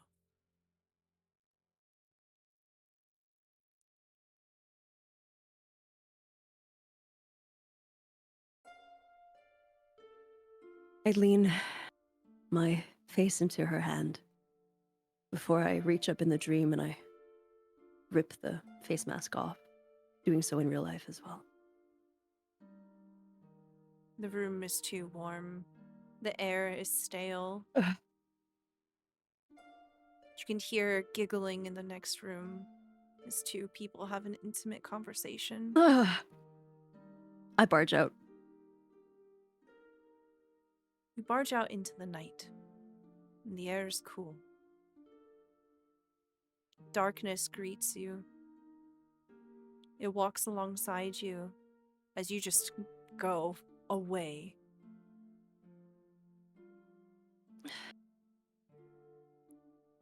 Suho, Mm-hmm. you know that this is the last time you're going to have some privacy for a while. Tonight's the final night of rest, and tomorrow, the work continues. Your evening was full of laughter, strange faces, approval from your boss. Tashi has done well. This clearly merits celebrating. Mm-hmm. What does your night look like? Well, so I spent a whole week of investigating and questioning locals, going all around. In the night, it's a beautiful night. Clouds are covering the moonlight. There's a small song on the air. And the song would be this, called the Song of Rest. This song it plays on the wind. It's not like a musical note or anything that happens, but those that are wandering around and may hear it, shadows start to pop up here and there, giggling, laughter in the shape of beautiful women, silhouettes traced by moonlight and shadow, playing tricks on people's eyes as they move about the village late at night. Those that I have gotten information about, listening on their conversations, long amount of hours being out of my comfort zone to pick out those to be chosen to come to a place of happiness only for me. These shadows in the form of beautiful women have something interesting about them. They dance, they laugh, they hold their hands out and pull at everyone and anyone who takes their hand. A tail flickers, 9 of them, as they slowly charm people to pull them into this dark, dark area in the side of a village of an abandoned house. His first victim of entering this village. The door is dark inside. The one that I have pulled from the manor, still alive, but strapped up in the corner, spend a week trying to get information out of this one. They can't move. I'm bound. All they can do is see as people have been coming in and out of this shack. But the ones that go out were shadows. figures. There's piles and piles of bodies in here. It's been stored, gorged upon right in front of this person to get information out of and promise that they will be a part of this collection, this beautiful ensemble, this artistry that Suha has taken very, very, very much pride in. Almost sits on top of it like a throne. And the shadowy figures that lure those in will be all around the backside, leaning over, laughing, giggling, whispering in his ear as he sits and gorges on different parts. You can feast. hear the soft protests from this person that is bound. They are crying. Can I get a perception check from you, Suho? Yes. Where did I have so many windows open? Oh, here we go. 18.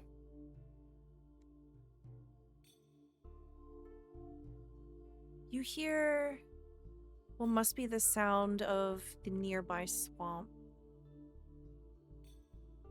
Ever since you moved in, so to speak, there haven't been very many croakings or buzzings. Things have cleared out. The feral power of your collection has been enough, predatory enough, that it's craved a space for you, carved a space for you. Like a true hunter, this is your territory. This abandoned house is your domain. You are the master of it, and the person that you have tied up here, they know there's nothing that they can do. Can I get a investigation check from you? We'll do this at advantage. Investigation or intimidation? I'll take intimidation. Okay. This is to see what you get out of this person. Mm-hmm. And this is at advantage. Okay. 23. 23.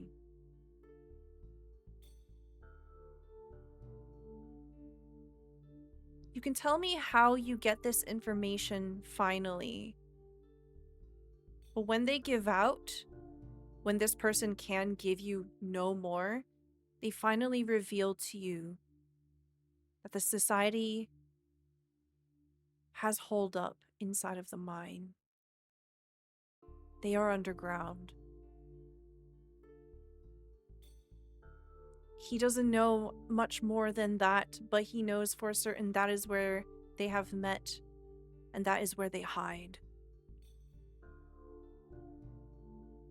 And again, you hear blubbering. The final string of sounds that comes from them is just how sorry they are. Mm. How so very sorry they are.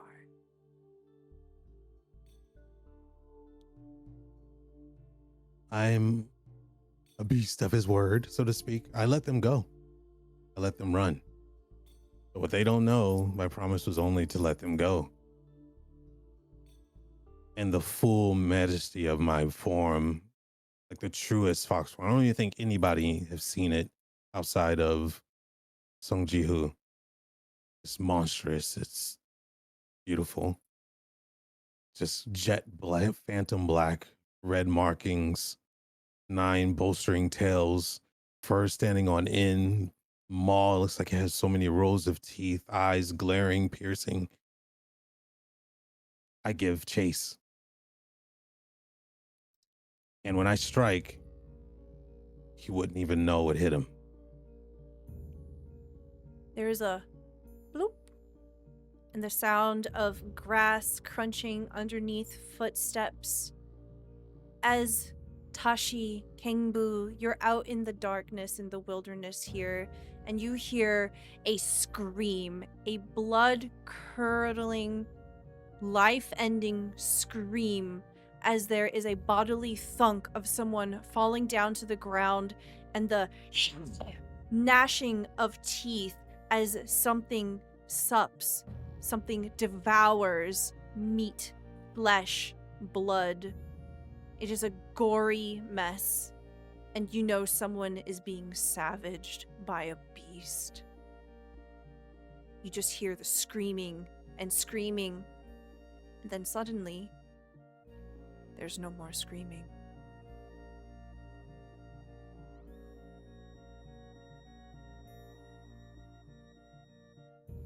I will then take my leave and whatever pieces that are hanging from my mouth and run back into the hut. I'm messy. I've scouted this place for so long and no one's come here. So, trails are left.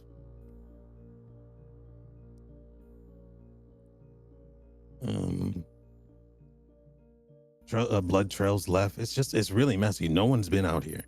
Only ones that I've charmed and brought. And I am back in my domain, so to speak. Tashi's going to put a hand on her rapier and start investigating in the direction where she heard the sound. Kangbu's gonna turn towards the direction of the scream and start running towards it. Tashi, go ahead and roll me investigation, please. It's a 19. Okay. Tashi, you come upon this corpse. It's barely even a corpse anymore. It's just meat and blood and sinew. As you're looking down at it, it's extremely fresh, and you can see that blood trails away from the site of this killing and seems to head in the direction of a shadowed building. As Tashi's looking at this, Kangbu, you see Tashi looking over this body. She clearly has just arrived right now.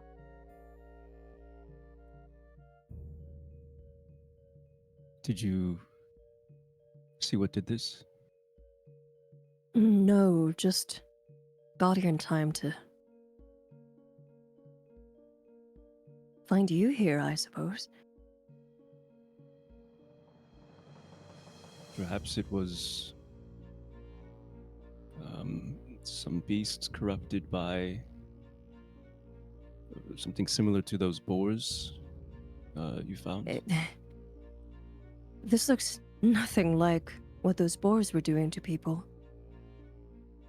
This looks surgical. This looks stripped down to the sinew. This looks practiced.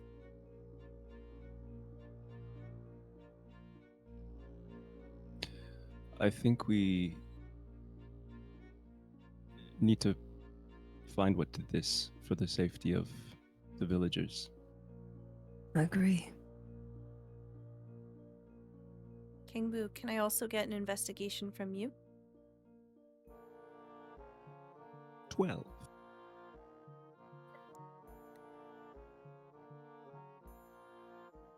We'll say that there is a scent of blood that's heady in the space here. And it's heading in the direction of the shadowed building. Kangbu, you can see the silhouette of the building, and Tashi, you can see the blood that trails in that direction.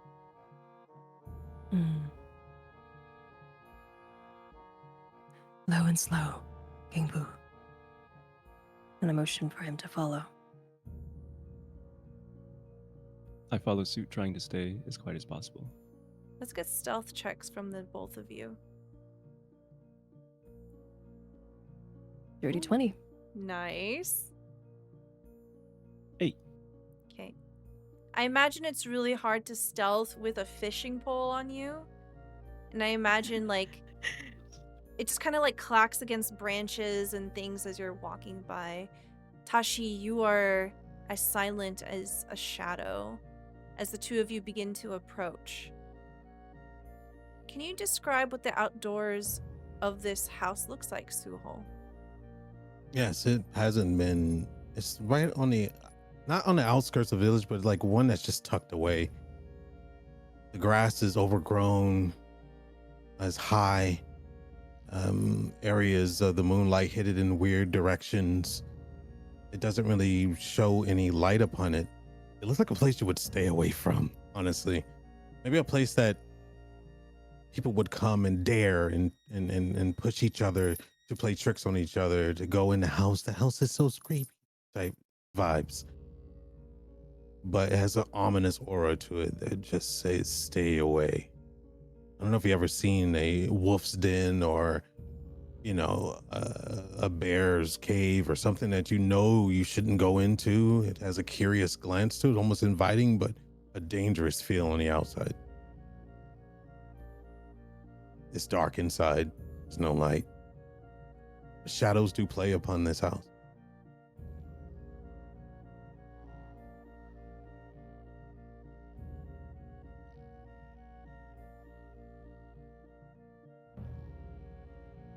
The door is open.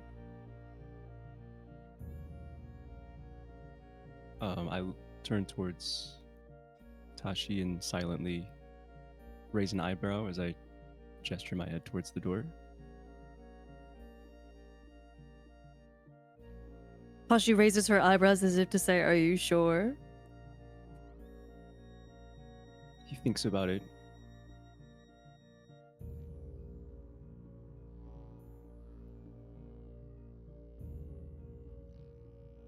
He tries to quietly set down the fishing rod. You can roll stealth at advantage now.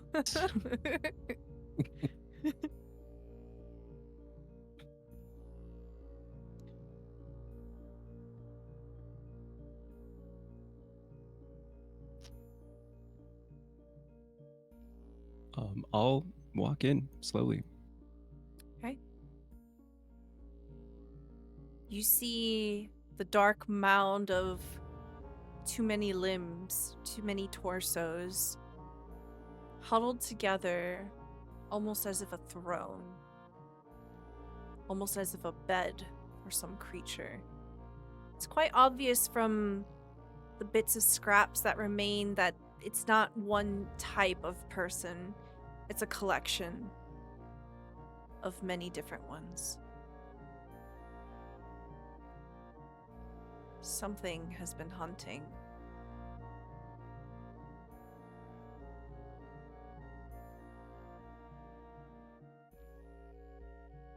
This is a shock to Kangbu. He's used to clean kills, so to speak. He's used to demons and ghosts and the like.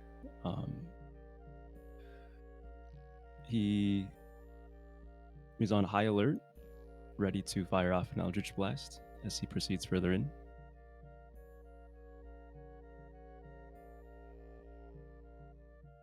Suho. 2 people have entered your domain. Where are you? What do you feel? What do you do? Okay. I'm sleeping. I rolled a 9.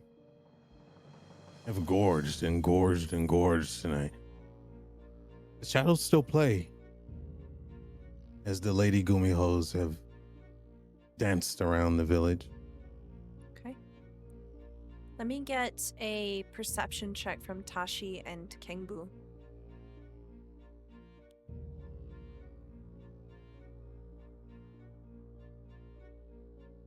Okay. 14. 14 as well. I love that. At the same exact time, the 2 of you make eyes with something still alive amongst the carnage. A beast curled among its prizes.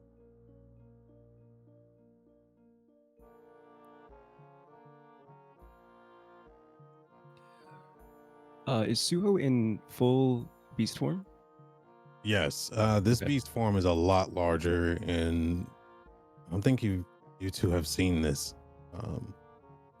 It's just like full true form.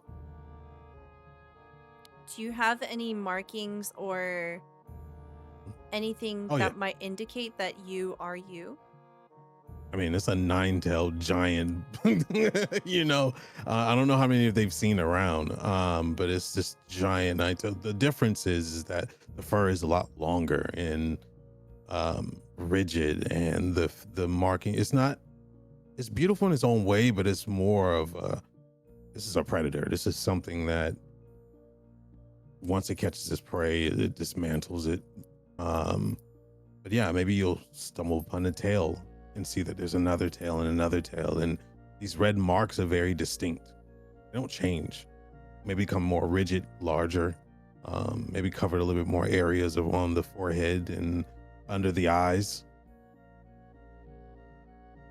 The Maybe longer a distinguishing mark that you've seen before on Suho stands out.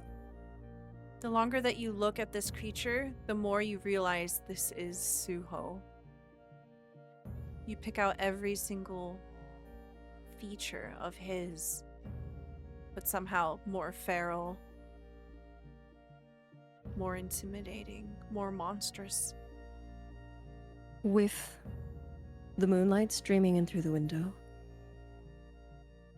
takes Tashi's eyes a bit of time to adjust, even with the dark vision, and she tries to count the tip of the tails, and coming up to 9, she gasps.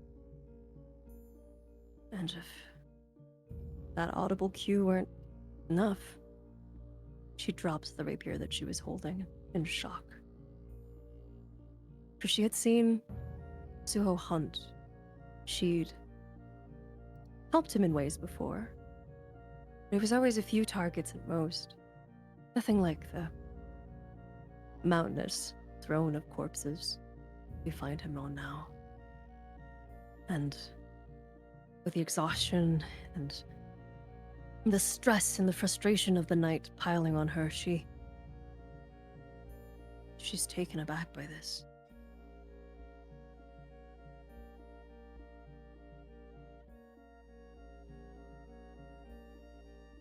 Kengbu, you hear Tashi's rapier drop. How do you react to seeing Suho like this? I think on first sight of the beast, he's already got the ball of an Eldritch Blast half formed. Upon hearing the rapier clatter behind him, he takes a moment, letting his eyes adjust as well, and recognizes the patterns on the fur, the colors. The spell dissipates within his hands. His mouth agape as he realizes and recognizes slowly what bits and pieces of faces he may have seen in the village before. He takes a step back and is unsure of how to proceed, avoiding eye contact with Tashi. Suho seems to be sleeping soundly. As you're looking at the different pieces of what used to be people, you can see that you recognize some of them. Can I get an investigation check from you, Kingbu?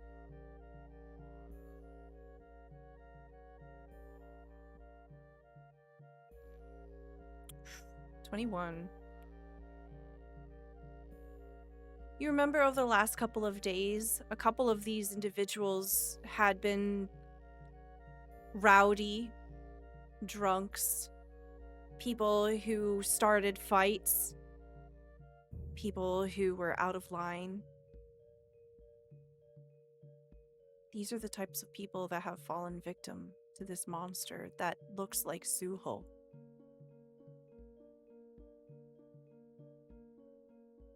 The two of you get a sense that if you want to confront Suho, you could. But Suho seems to be in a deep sleep, so if you want to leave, you can as well.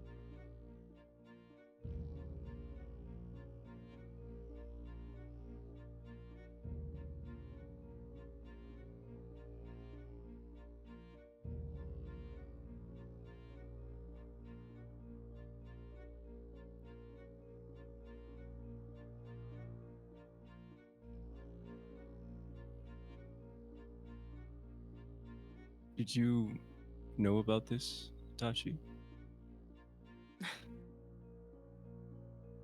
No, not at all. I had no idea.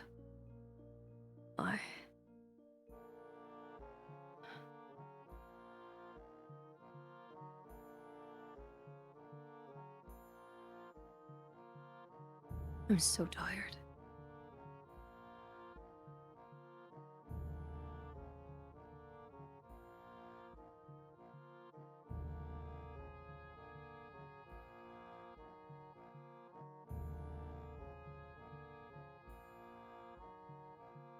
He wordlessly turns back towards the entrance and walks away.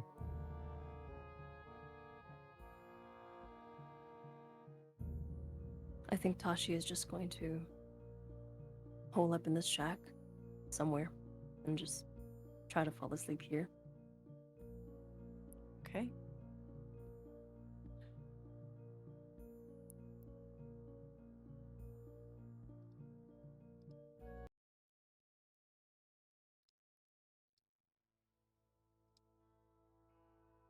A couple of hours later, it begins to rain. Suho, you wake to the sound of drops falling on the ceiling of this dwelling. And when your senses come to, you see Tashi is curled up in the corner of the room, trying to rest.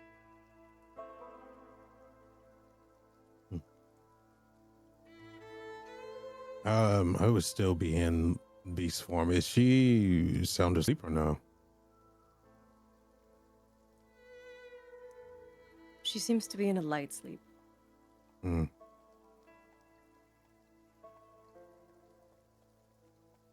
I would be clear of mine. It's like the first time I've been fully satiated. But slightly confused that she has found her way. I mean, not really fully confused because she has a way of finding Suho. So, but this time was careful enough to pick out the prime location, you know. Know that there will be questions more than likely. I would say, let me see if I can do a stealth check. 21.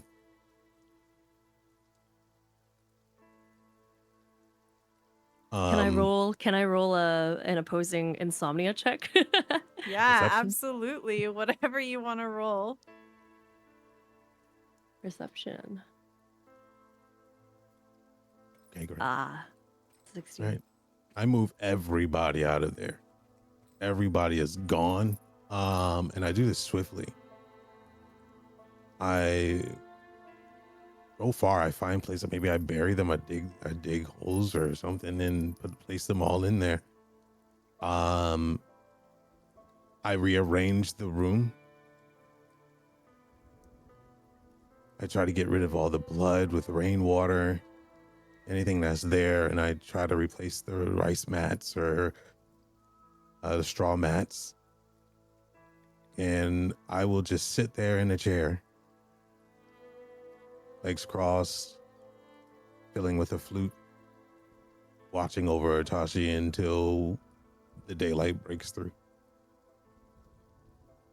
I imagine that the storm that comes in is loud enough that it muffles a lot of your work. This will take quite a bit of time to do. This is not an easy task.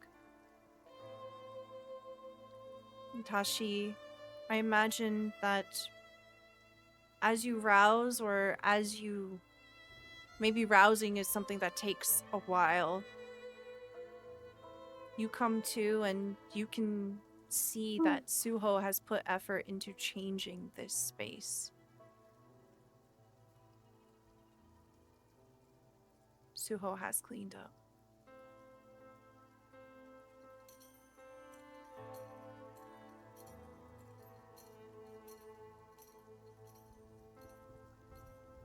I'll be sitting in a chair in humanoid form, fiddling with instruments.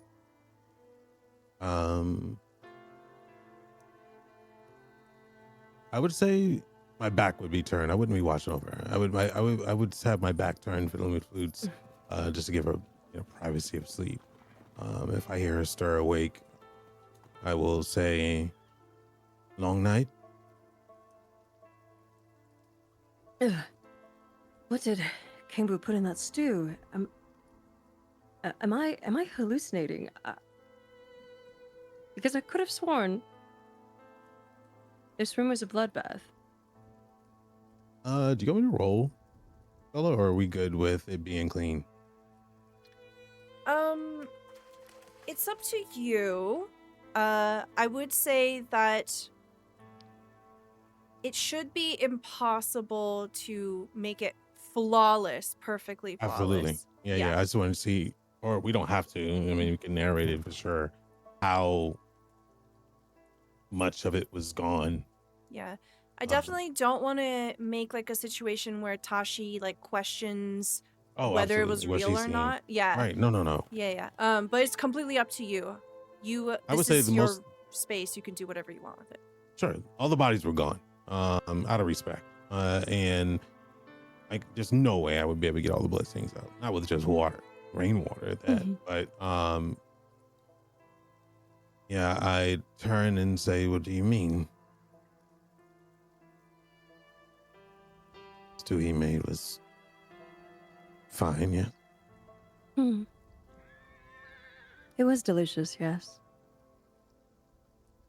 I Here. brought you here.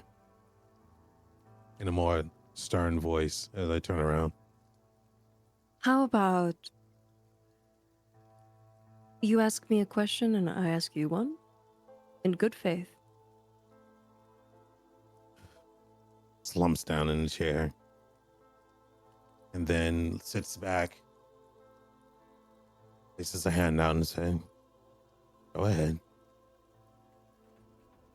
Tashi sits on the floor, cross-legged. And she says, I came by here. Kingbu and I were both out on a walk of our own. I think he was fishing or something like that. And we heard a blood-curdling scream. And we investigated it back here. To find you sleeping.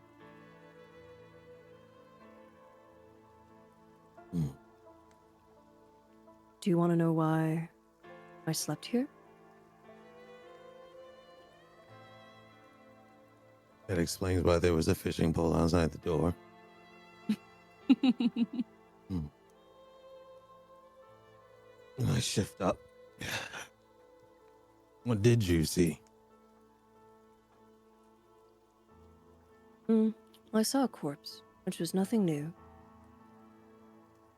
And then I saw more corpses. And more.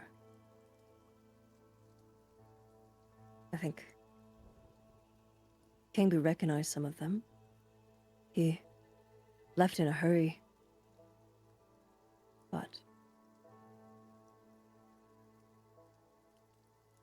it was dark. The floor looked wet.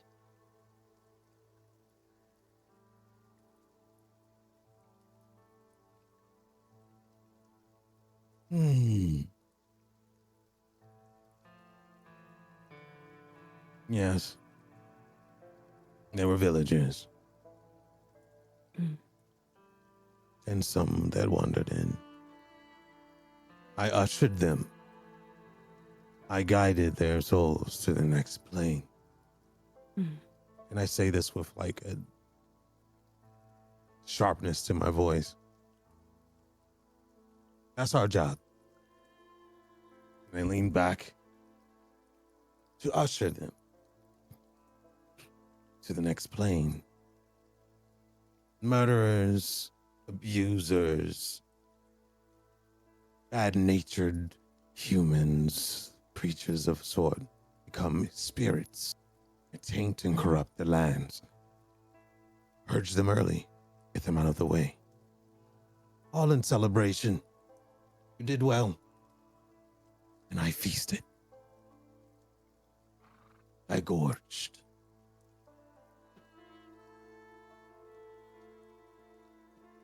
definitely separates me from you and everyone else around here. It is in my nature. Either I contain it, or it goes rabid. Friends become foes. And then I'll slowly lean over that chair and stand up. Prey becomes invisible lines.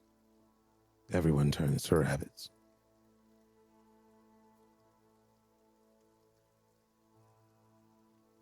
You. Suho.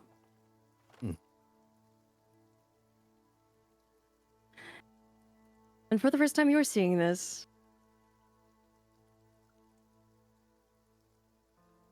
Tashi is giving you attitude as she says this. With sharpness in her voice, she says, "Oh, cut the shit, Suho. You don't have to put on this act around me. You don't have to parade the morality of it. You don't have to explain your actions. Do you know what upsets me the most about all of this?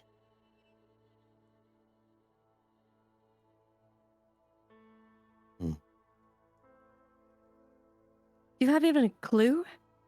The slightest clue?"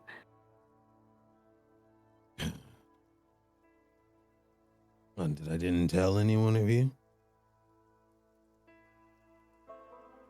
that I figured that you would turn against me or look at me strange. Have I ever? And in that moment, I would shift into full form, taking up most of the space in the hut, and then dart straight into Tashi's face, snout close to eyes, and directly sense, almost like how, dogs challenge you to see if there's fear. Tashi doesn't even flinch. She leans into it. A low growl will happen. You found me when I was at my fucking worst. And you don't trust me to see you at yours?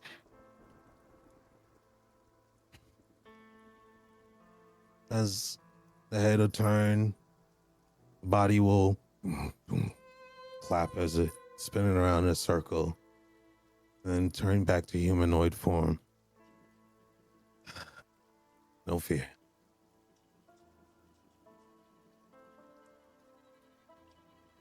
And for the first time, Suho will place both arms into his sleeves and bow deeply.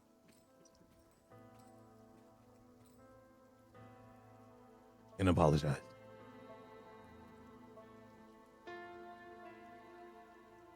And in his voice, you will hear the pain of judgment, the sound of his feelings from being exiled, it felt like, being an anomaly.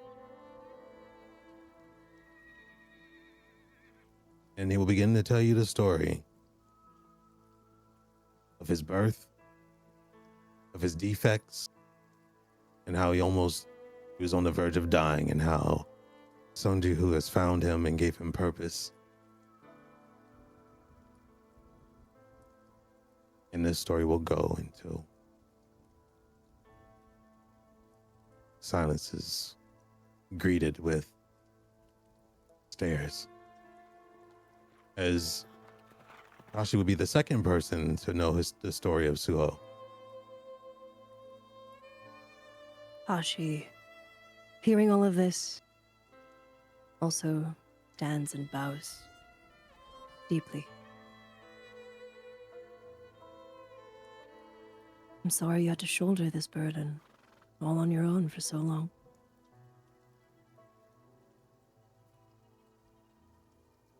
9 lifetimes worth. Just a burden to bear. I'm feeling so alone in it all. Do you know why I slept here last night?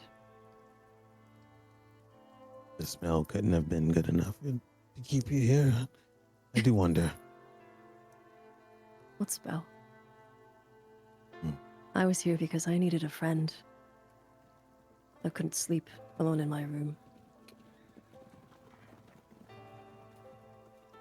I was here because I don't see you a monster. I see you a person, a beast, but not a monster. And I trust that you choose well the people you decide to, you know.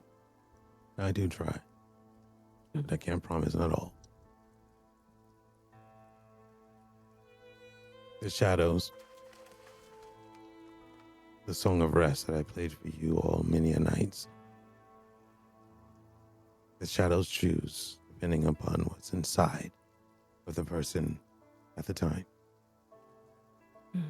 Who am I to judge what's good and bad?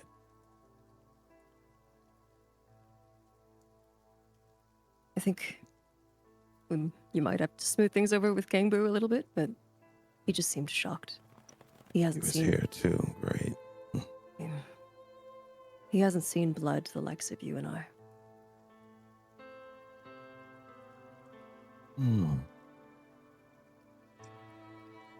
Well, I'll stand up, dust off. I guess it's time to see what Gimbu thinks and see if he wants this back. And I'll slap it on my back and slowly walk out the door and turn back to Tashi and say, brief nod in sign of respect. And no longer does Suho feel like a mentor, but an equal. And walk side by side with her instead of in front. And as we walk, Tashi just jests, like, man, this blood is going to take forever to wash out of these robes. Oh, good thing we're wearing black. Cringe a little bit as he's normally very clean and precise, but celebrated in the nature of things going well and not the type of celebration that most people would want to see. The last Is this- couple of hours for you, Kangbu, have been different. After Kangbu left, where did he go? I think he wandered around for a bit silently, just processing the new information. And then I think he eventually makes his way back to the inn. He goes to his room and sits against the wall, unable to put his mind at ease. He visualizes his last memory before his passing of a meal shared with strangers around a campfire. And he realizes the hurt that hiding the truth or lying can cause.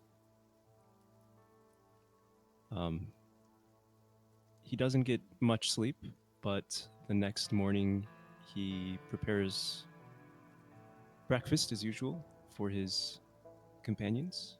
But before that, he goes out into the wilderness and hunts a boar. He preps the boar, all sorts of different cuts, uncooked raw flesh, and leaves that out along with some breakfast before heading out.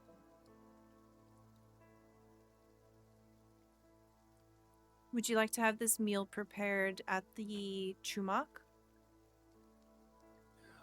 Yeah, I think he'll sort of lay it out if the party has like a usual table for their return. Maybe cover it with matching bowls and plates to keep the food warm. Okay. You leave the fully prepared meal there, and you head out. As you do, you spot someone familiar. You see the palanquin that Lady Lee had been riding to come into town, and it is currently parked not too far away from the general store. You can see a short distance away that Lady Lee appears to be talking to someone dressed in a stately robe. An orc that appears to be of a militaristic occupation. Smartly dressed, a sword tucked in at the side, and they begin to part. You've caught the tail end of their conversation. He bows to her, looks around quickly, and then disappears into the early morning crowd. At this, before the Lady Lee begins to go into the palanquin, she catches your eye, and she begins to head over towards you. She carefully picks through the mud with her slippers, gathering her skirts up as the rain comes down on the two of you. Good morning, King Boo. Good morning, lady. That was the magistrate that I requested to come into town as a part of my reconciliation with the people of the village. His name is Jin Sanguk.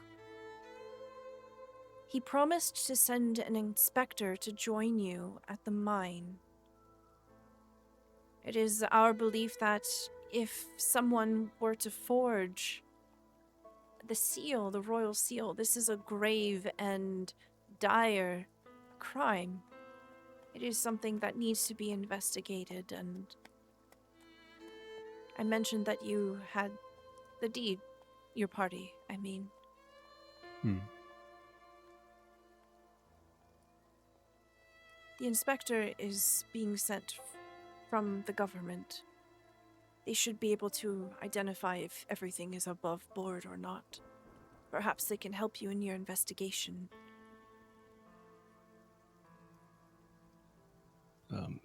Yes, that would be wonderful. You will have the jurisdiction to go about as you please. Thank you, lady. Are you all right? You seem pale. It's been a long night, but I appreciate your concern. All right. If you need any poultices or perhaps an herbal remedy to pick yourself up, please let me know. I do have some stock from the apothecary. I would very much appreciate that. Thank you. How are you? How are things at the estate? She inhales tightly and she holds onto that breath for a minute. As good as they can be, I suppose. We've had a number of people, understandably, resign.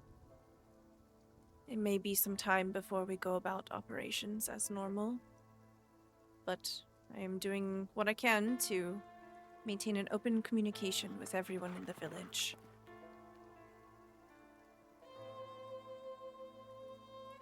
I'm grateful the villagers have someone like you who's willing to consider their needs, their opinions, their voices.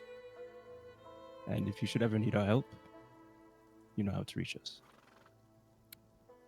She bows her head to you and she says, I wish you the best of luck. Please be safe out there. I suspect that things are likely to get violent.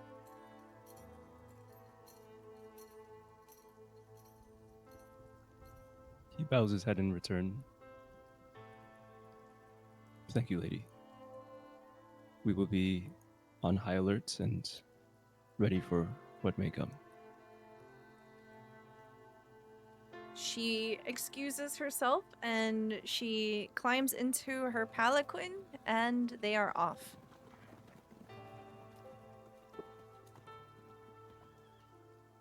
Where would you like to go next? Do you want to lose yourself or head back to the Jumak? If possible, is he able to follow the magistrate, or has it been a hot minute with the conversation? You have lost track of him. I think Kangbu will then stroll around town, still processing, thinking. As you head deeper into the town, you find the apothecary that she mentioned. It is open. There is a scent of ginger and mint brewing on some kind of hot breath here as it exhales from the building. He'll stroll in. You find a comfortable space here. There are a number of organizers that line the walls of tiny compartments that are neatly labeled. There are a number of dried herbs hanging from the other side of the chamber here, and a long, polished counter where someone is currently in the motion of brewing some medicine. There is an acrid, almost astringent smell as you come in. One of cleanliness, one of medicinal properties.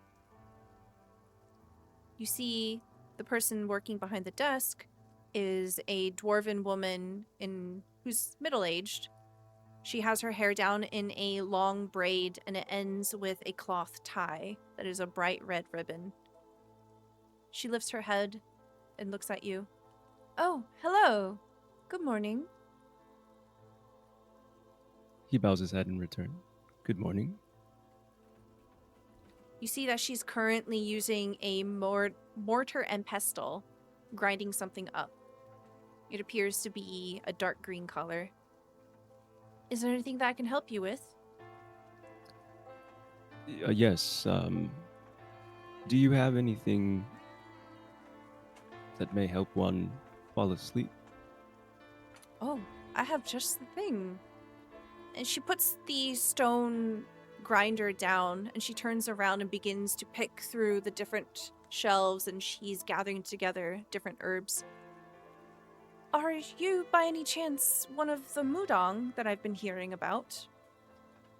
Yes, I am. Kangbu. It's my Kangbu. name. Thank you so much for everything that you've done. I heard about Lord Juan. She sort of eyeballs you as she's working. You get the sense that there's no love lost there.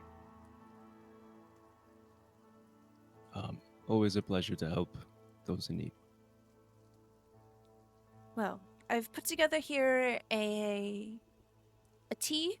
It has calming properties and it should help someone perhaps find some sleep if they need to. It is stress relieving and has a little bit of a painkiller in it. Perfect. Could I request several extra portions? Oh yes, of course. And she goes about making more. I suspect that you'll be out on the road soon then. That's right, we're on our way out. Excellent. And as she finishes up, you can see that she gets together about 5 bundles of this. So you can add sleep aid times 5 to your inventory here. And you also see that she slides a few potions over, reaching underneath a cabinet. And they appear to have this soft, bubbling, light red liquid inside. These are potions of healing. She hands you 4 of them. Oh, I keep these on reserve for special guests, but perhaps take this as a gift, a sign of my gratitude. thank you so much. I hope I'm that sure you these don't will need them. be useful. Well, in our line of work, it's likely we will. Yes. If you come across any rare ingredients or anything interesting, please don't be shy about bringing them my way. I'll be sure to do that. Is there anything else I can get you? I think that will be all. Thank you so much. She bows from the hips, and as you step back out into the rain, Tashi and Suho, you find yourselves at the Chumak, meeting where the last time the three of you were together, other than out in the woods. And you find a full meal has been prepared for you, including finessed but raw meat, very clearly for Suho.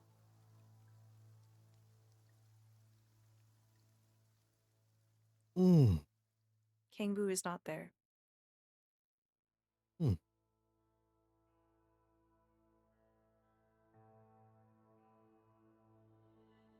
I look towards Tashi as I'm looking over the prepared meal. Do you think this is Wow. his love language, or is he poisoning both of us? I was going to say this is either a good sign or a very bad sign. This week I've noticed that when someone may be angry with their spouse, that they may cook a meal like this, and it can mean makeup or breakup. Break up with this plane of existence.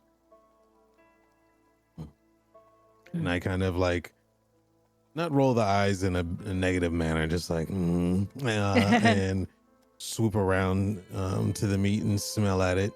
And notice that it's been procured very well. Definitely not what I'm normally eating. It's almost delicately prepared. I'll wrap it in some,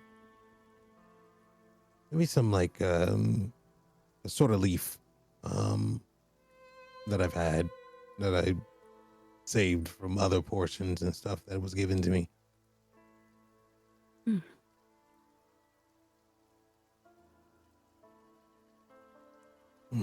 Well, I can't complain about not telling us where he's gone. I don't see a note or anything, I don't think. You do not. Would we have any inclination as to where he might have gone?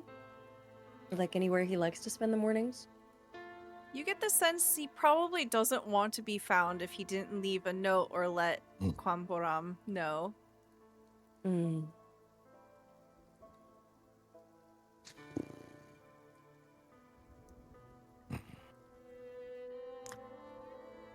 I immediately think that it's because of me and the scene here. Even though there could be other things, but naturally, I think he's seen the monster, seen the work. Don't flatter yourself. Maybe you fell in love with a beautiful man or woman or whoever. And I go through bickering and complaining as we walk out to try to find him about if Sung Ji-hoo finds out that we've lost Gimbu. I'm not really worried about finding out about what I've been up to. I mean, probably no. So who knows? But I'm more so worried about losing Gingbu. So I will say we should probably find him. As the two of you are considering whether to step in or step out of the room full of food, Kwanboram puts her hands on her hips and she says, "There is a mighty meal in that room.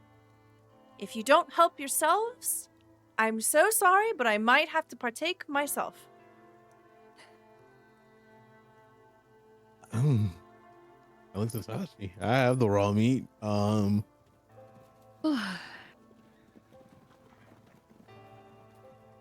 what? Yeah, I'll go eat. I'm starving. And then we should go check on our friend. So much has been happening. We haven't had the chance to check up on Kyungbo yet. Oh. You see, at the slightest acceptance of, oh, maybe we should eat, Kwamboram starts ushering the two of you into the room, saying, oh, yes, I just saw him. He's fine. We'll bring some of this food up to him as well. Oh, let's dig in. And she takes it as an invitation to join you in this delectable meal. And she basically starts, like, portioning food and putting it in front of y'all. She starts, like, feeding you the food that Kangbu made. But as the meal goes on, it is, as usual, delicious. Kwamboram finishes off by saying, I can do the dishes if you want to go check in on Kyungbo. Are you sure that'd be so kind of you? Because I don't want to. Oh, it's fine, it's fine, it's fine. Okay. Just, it's all right. Amazing. Ah. And we're going to go check on our friend. We'll say that about 2 hours have passed by with both eating and small talk with Kyungbo, checking in on him. He seems to be doing much better now after a few days of uninterrupted rest. I imagine by now Chop has been restless and there's been some difficulty in trying to get that clay dragon to calm down, raring to go. Kangbu, where do you find yourself about 2 hours later? I think all evening and for most of the morning, he's been mulling over a decision. And after arriving at it, he heads back to the inn to also check up on Kyungbo's healing progress.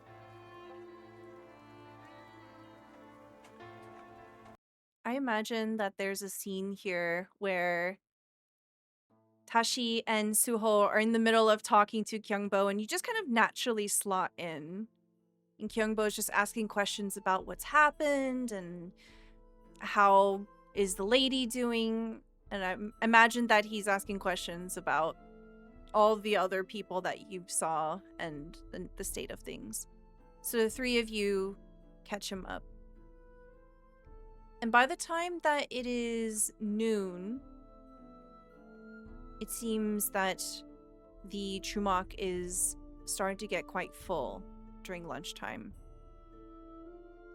You have been essentially at the generosity of the hostess for several days now. And with people coming into the village, you get the sense that maybe it's a good time to go. You're taking up quite a bit of space for free for so long. And so you pack up and you begin to set off in the direction of the mines. Oh yeah, I would have told him all about that. That's the mines. Yeah. Yeah, I imagine you catch Kyungbo up to speed. Yeah. It'll take about 4 hours to get to the silver mine on foot. What do y'all imagine the energy is like on this 4-hour walk? I think Suho would be overly talkative to Kyungbu about like food. Never was interested in like how to cook stuff. Why? But just trying to ask questions to get him to talk and kind of just like the whole time trying to read and to see if he was mad or not. And looking back at Tashi for help. And she probably, I don't know what she does, but Yeah, I think that's what it's just awkward talks. Okay. He's way more talkative than ever been. How does Yeah. Kangbu receive this? What kind of vibe do we get off of him?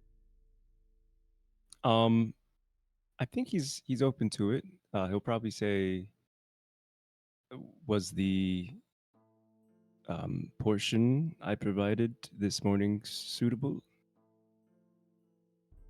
I would say yes. I was already full, but I definitely ate. And then I stopped and I was like, I ate every drop of it. Tashi leans in and whispers, "Poison." Yeah, and I say it was great. It was good. Very well prepared. Not used to that type of delicacy, but thank you. Well, I would be happy to prepare similar items for you again, should the need arise. I sharply turned my head at Tasha like, what the hell is happening? You know? Why hasn't he mentioned anything? And questioning like, are you sure you've seen it? Hey, Kangbu, did you go fishing again at some point? And I Oh, immediately throw the fishing pole in his face. Thank you. Mhm. No, not yet. I walked around and processed what I saw. Listen, I think perhaps it's best, considering the work we do, that we be honest with each other moving forward. And as an act of goodwill, I'll share with you. I cannot taste. I knew it! Sorry. Sorry. I figured you were onto Mitashi. So Had a bit of an inkling. I would appreciate honest feedback, as honest as possible. It is necessary.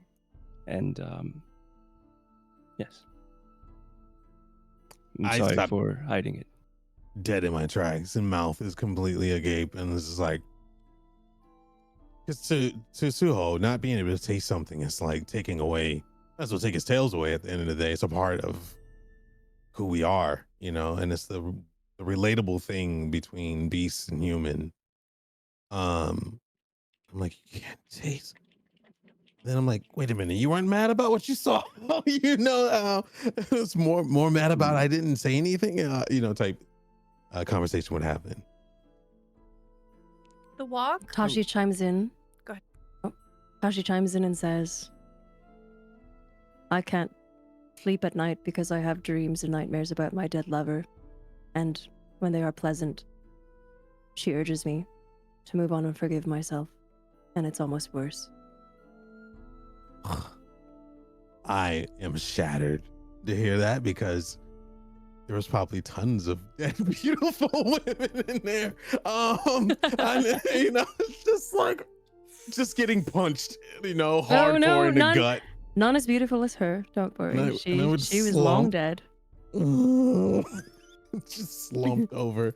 Almost as if a mercy. The path slowly winds over a hill, and you can see in the not so far distance that there are sturdy wooden gates surrounding a silver mine. There are a number of towers that rise up, manned with archers at the top. Can I get history checks from all of you? Ooh. History. I am actually going to roll for our dear friend Kyungbo here, because this is relevant to him. Not bad, but not Got a 14. Okay. Kyungbo got an 11, 14. Suho got a 16. Tashi got a 10. Okay, Suho, this makes perfect sense because you are long-lived. With a 16, when you're looking at these towers, you can tell that the fortifications for this mine, something is off. Looking at the gate, looking at the towers here, normally a third of the amount of people are suitable to protect from bandits or thieves, but there's triple the amount that is absolutely necessary. There are quite a few archers up at the top, and you can see that there are guards manning the front gate as well. This is very suspicious. We haven't been noticed yet, have we? No, they don't seem to have noticed you. Okay. I'll probably put a hand on whoever's next to me on their shoulders and look to the third and say, wait, look. And I'll point out, and I'll say, since when does a mine need that much security?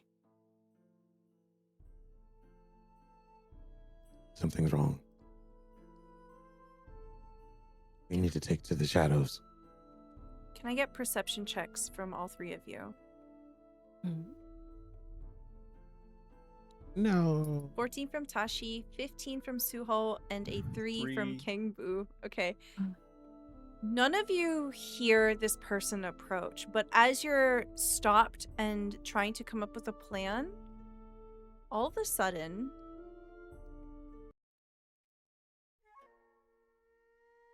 you hear a voice.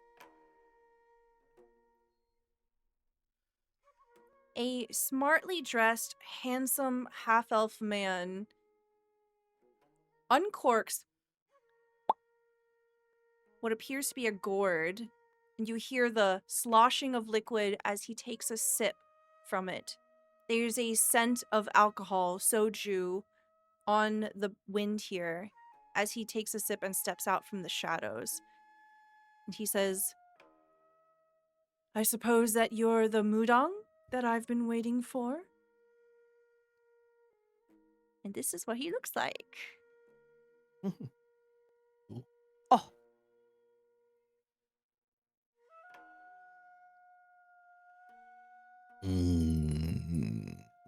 I eye them with suspicion.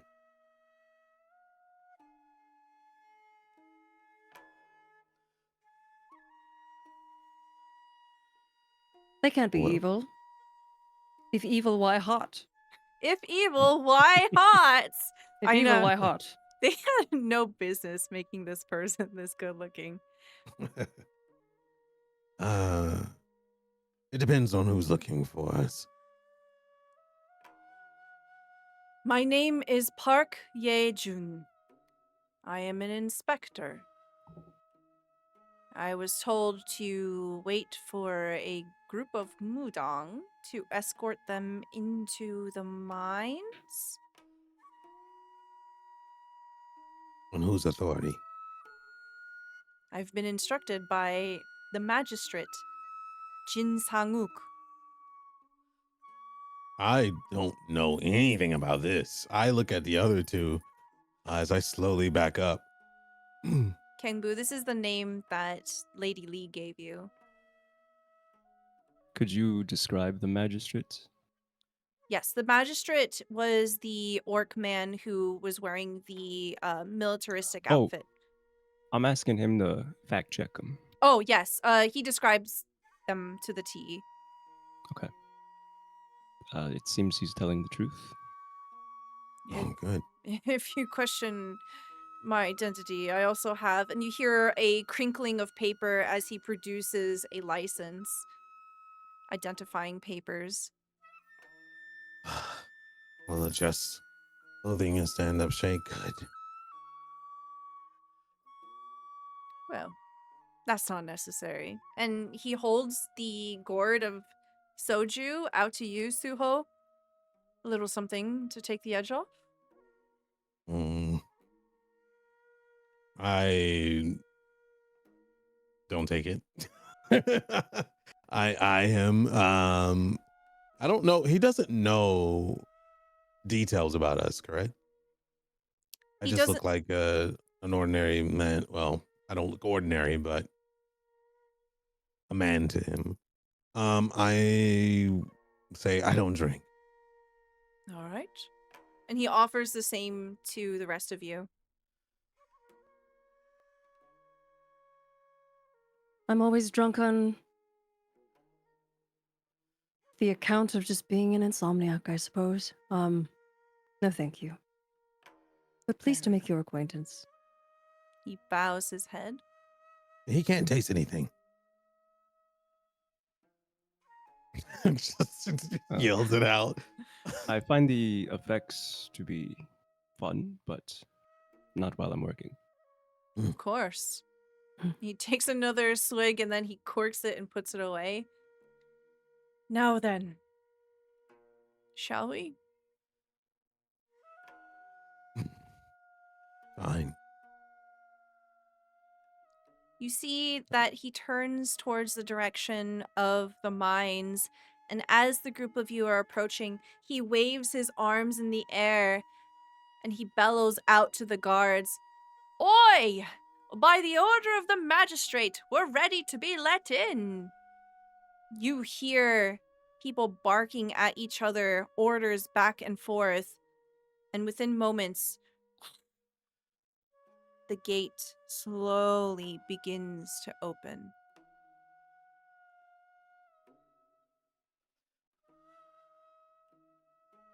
Now, if you need anything while we're inside, just let me know.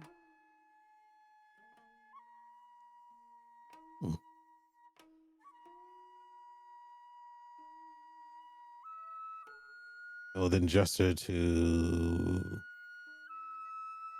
everyone and to go inside, I guess. And I'll step into the shadows of the doorway first. Before we enter, Hmm? take one of these, and I'll distribute a health potion to everybody, Okay. Mm. just in case. You take such good care of us, Kangbu. Thank you for breakfast, and thank you for this. Hmm. As the group of you begin to head into the silver mines, can I get insight checks from all of you?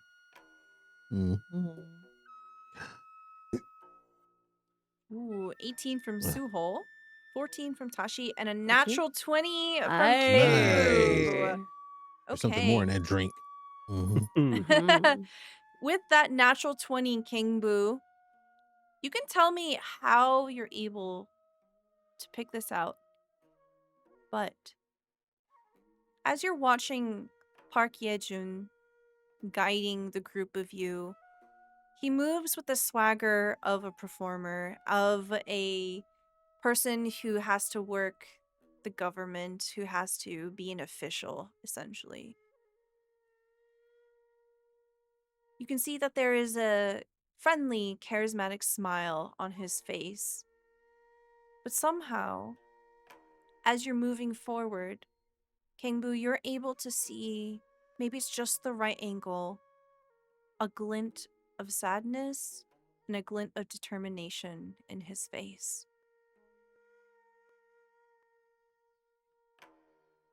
I think I've spent a lot of time with a lot of strangers, traveling the roads, preparing meals for them, and I've gained a sense for when people are putting things on and making appearances for others. And for now, I keep it to myself. As far as you can tell, this inspector seems earnest, as far as you're concerned. But Kangbu, you can't help but feel that he might also have an ulterior motive. Maybe he has a mission of his own here. And that is where we're going to end our session for tonight.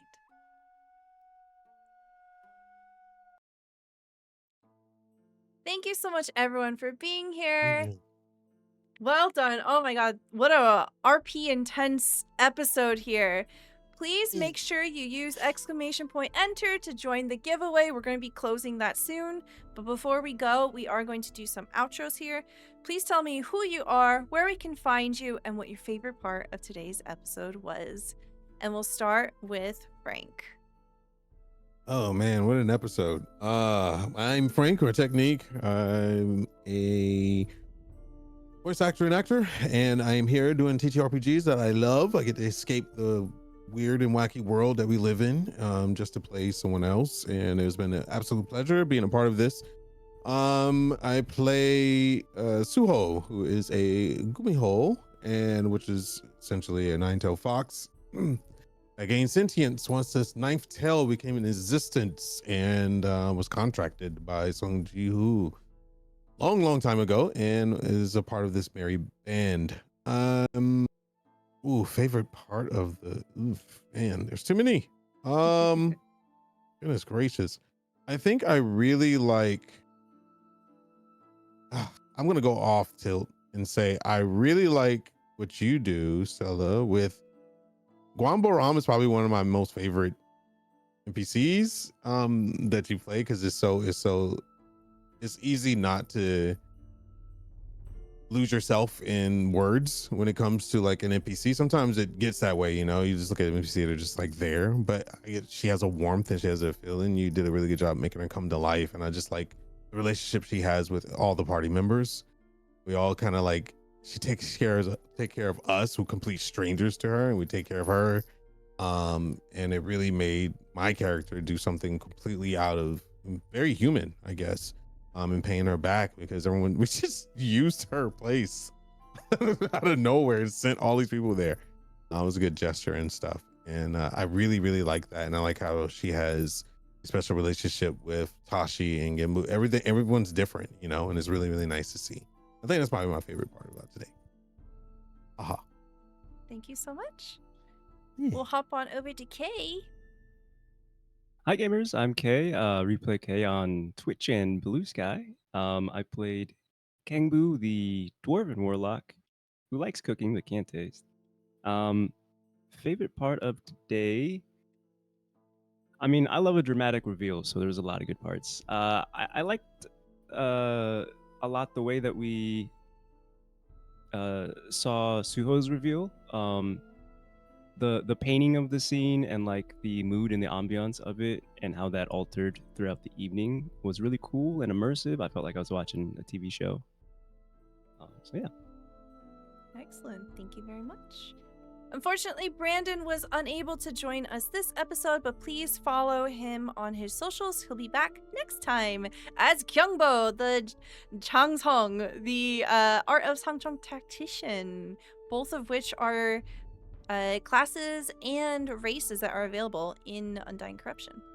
And then we'll head on over to Fariha. Hi, I'm Fariha. I do variety content on the internet, centered around the joy of the process of learning.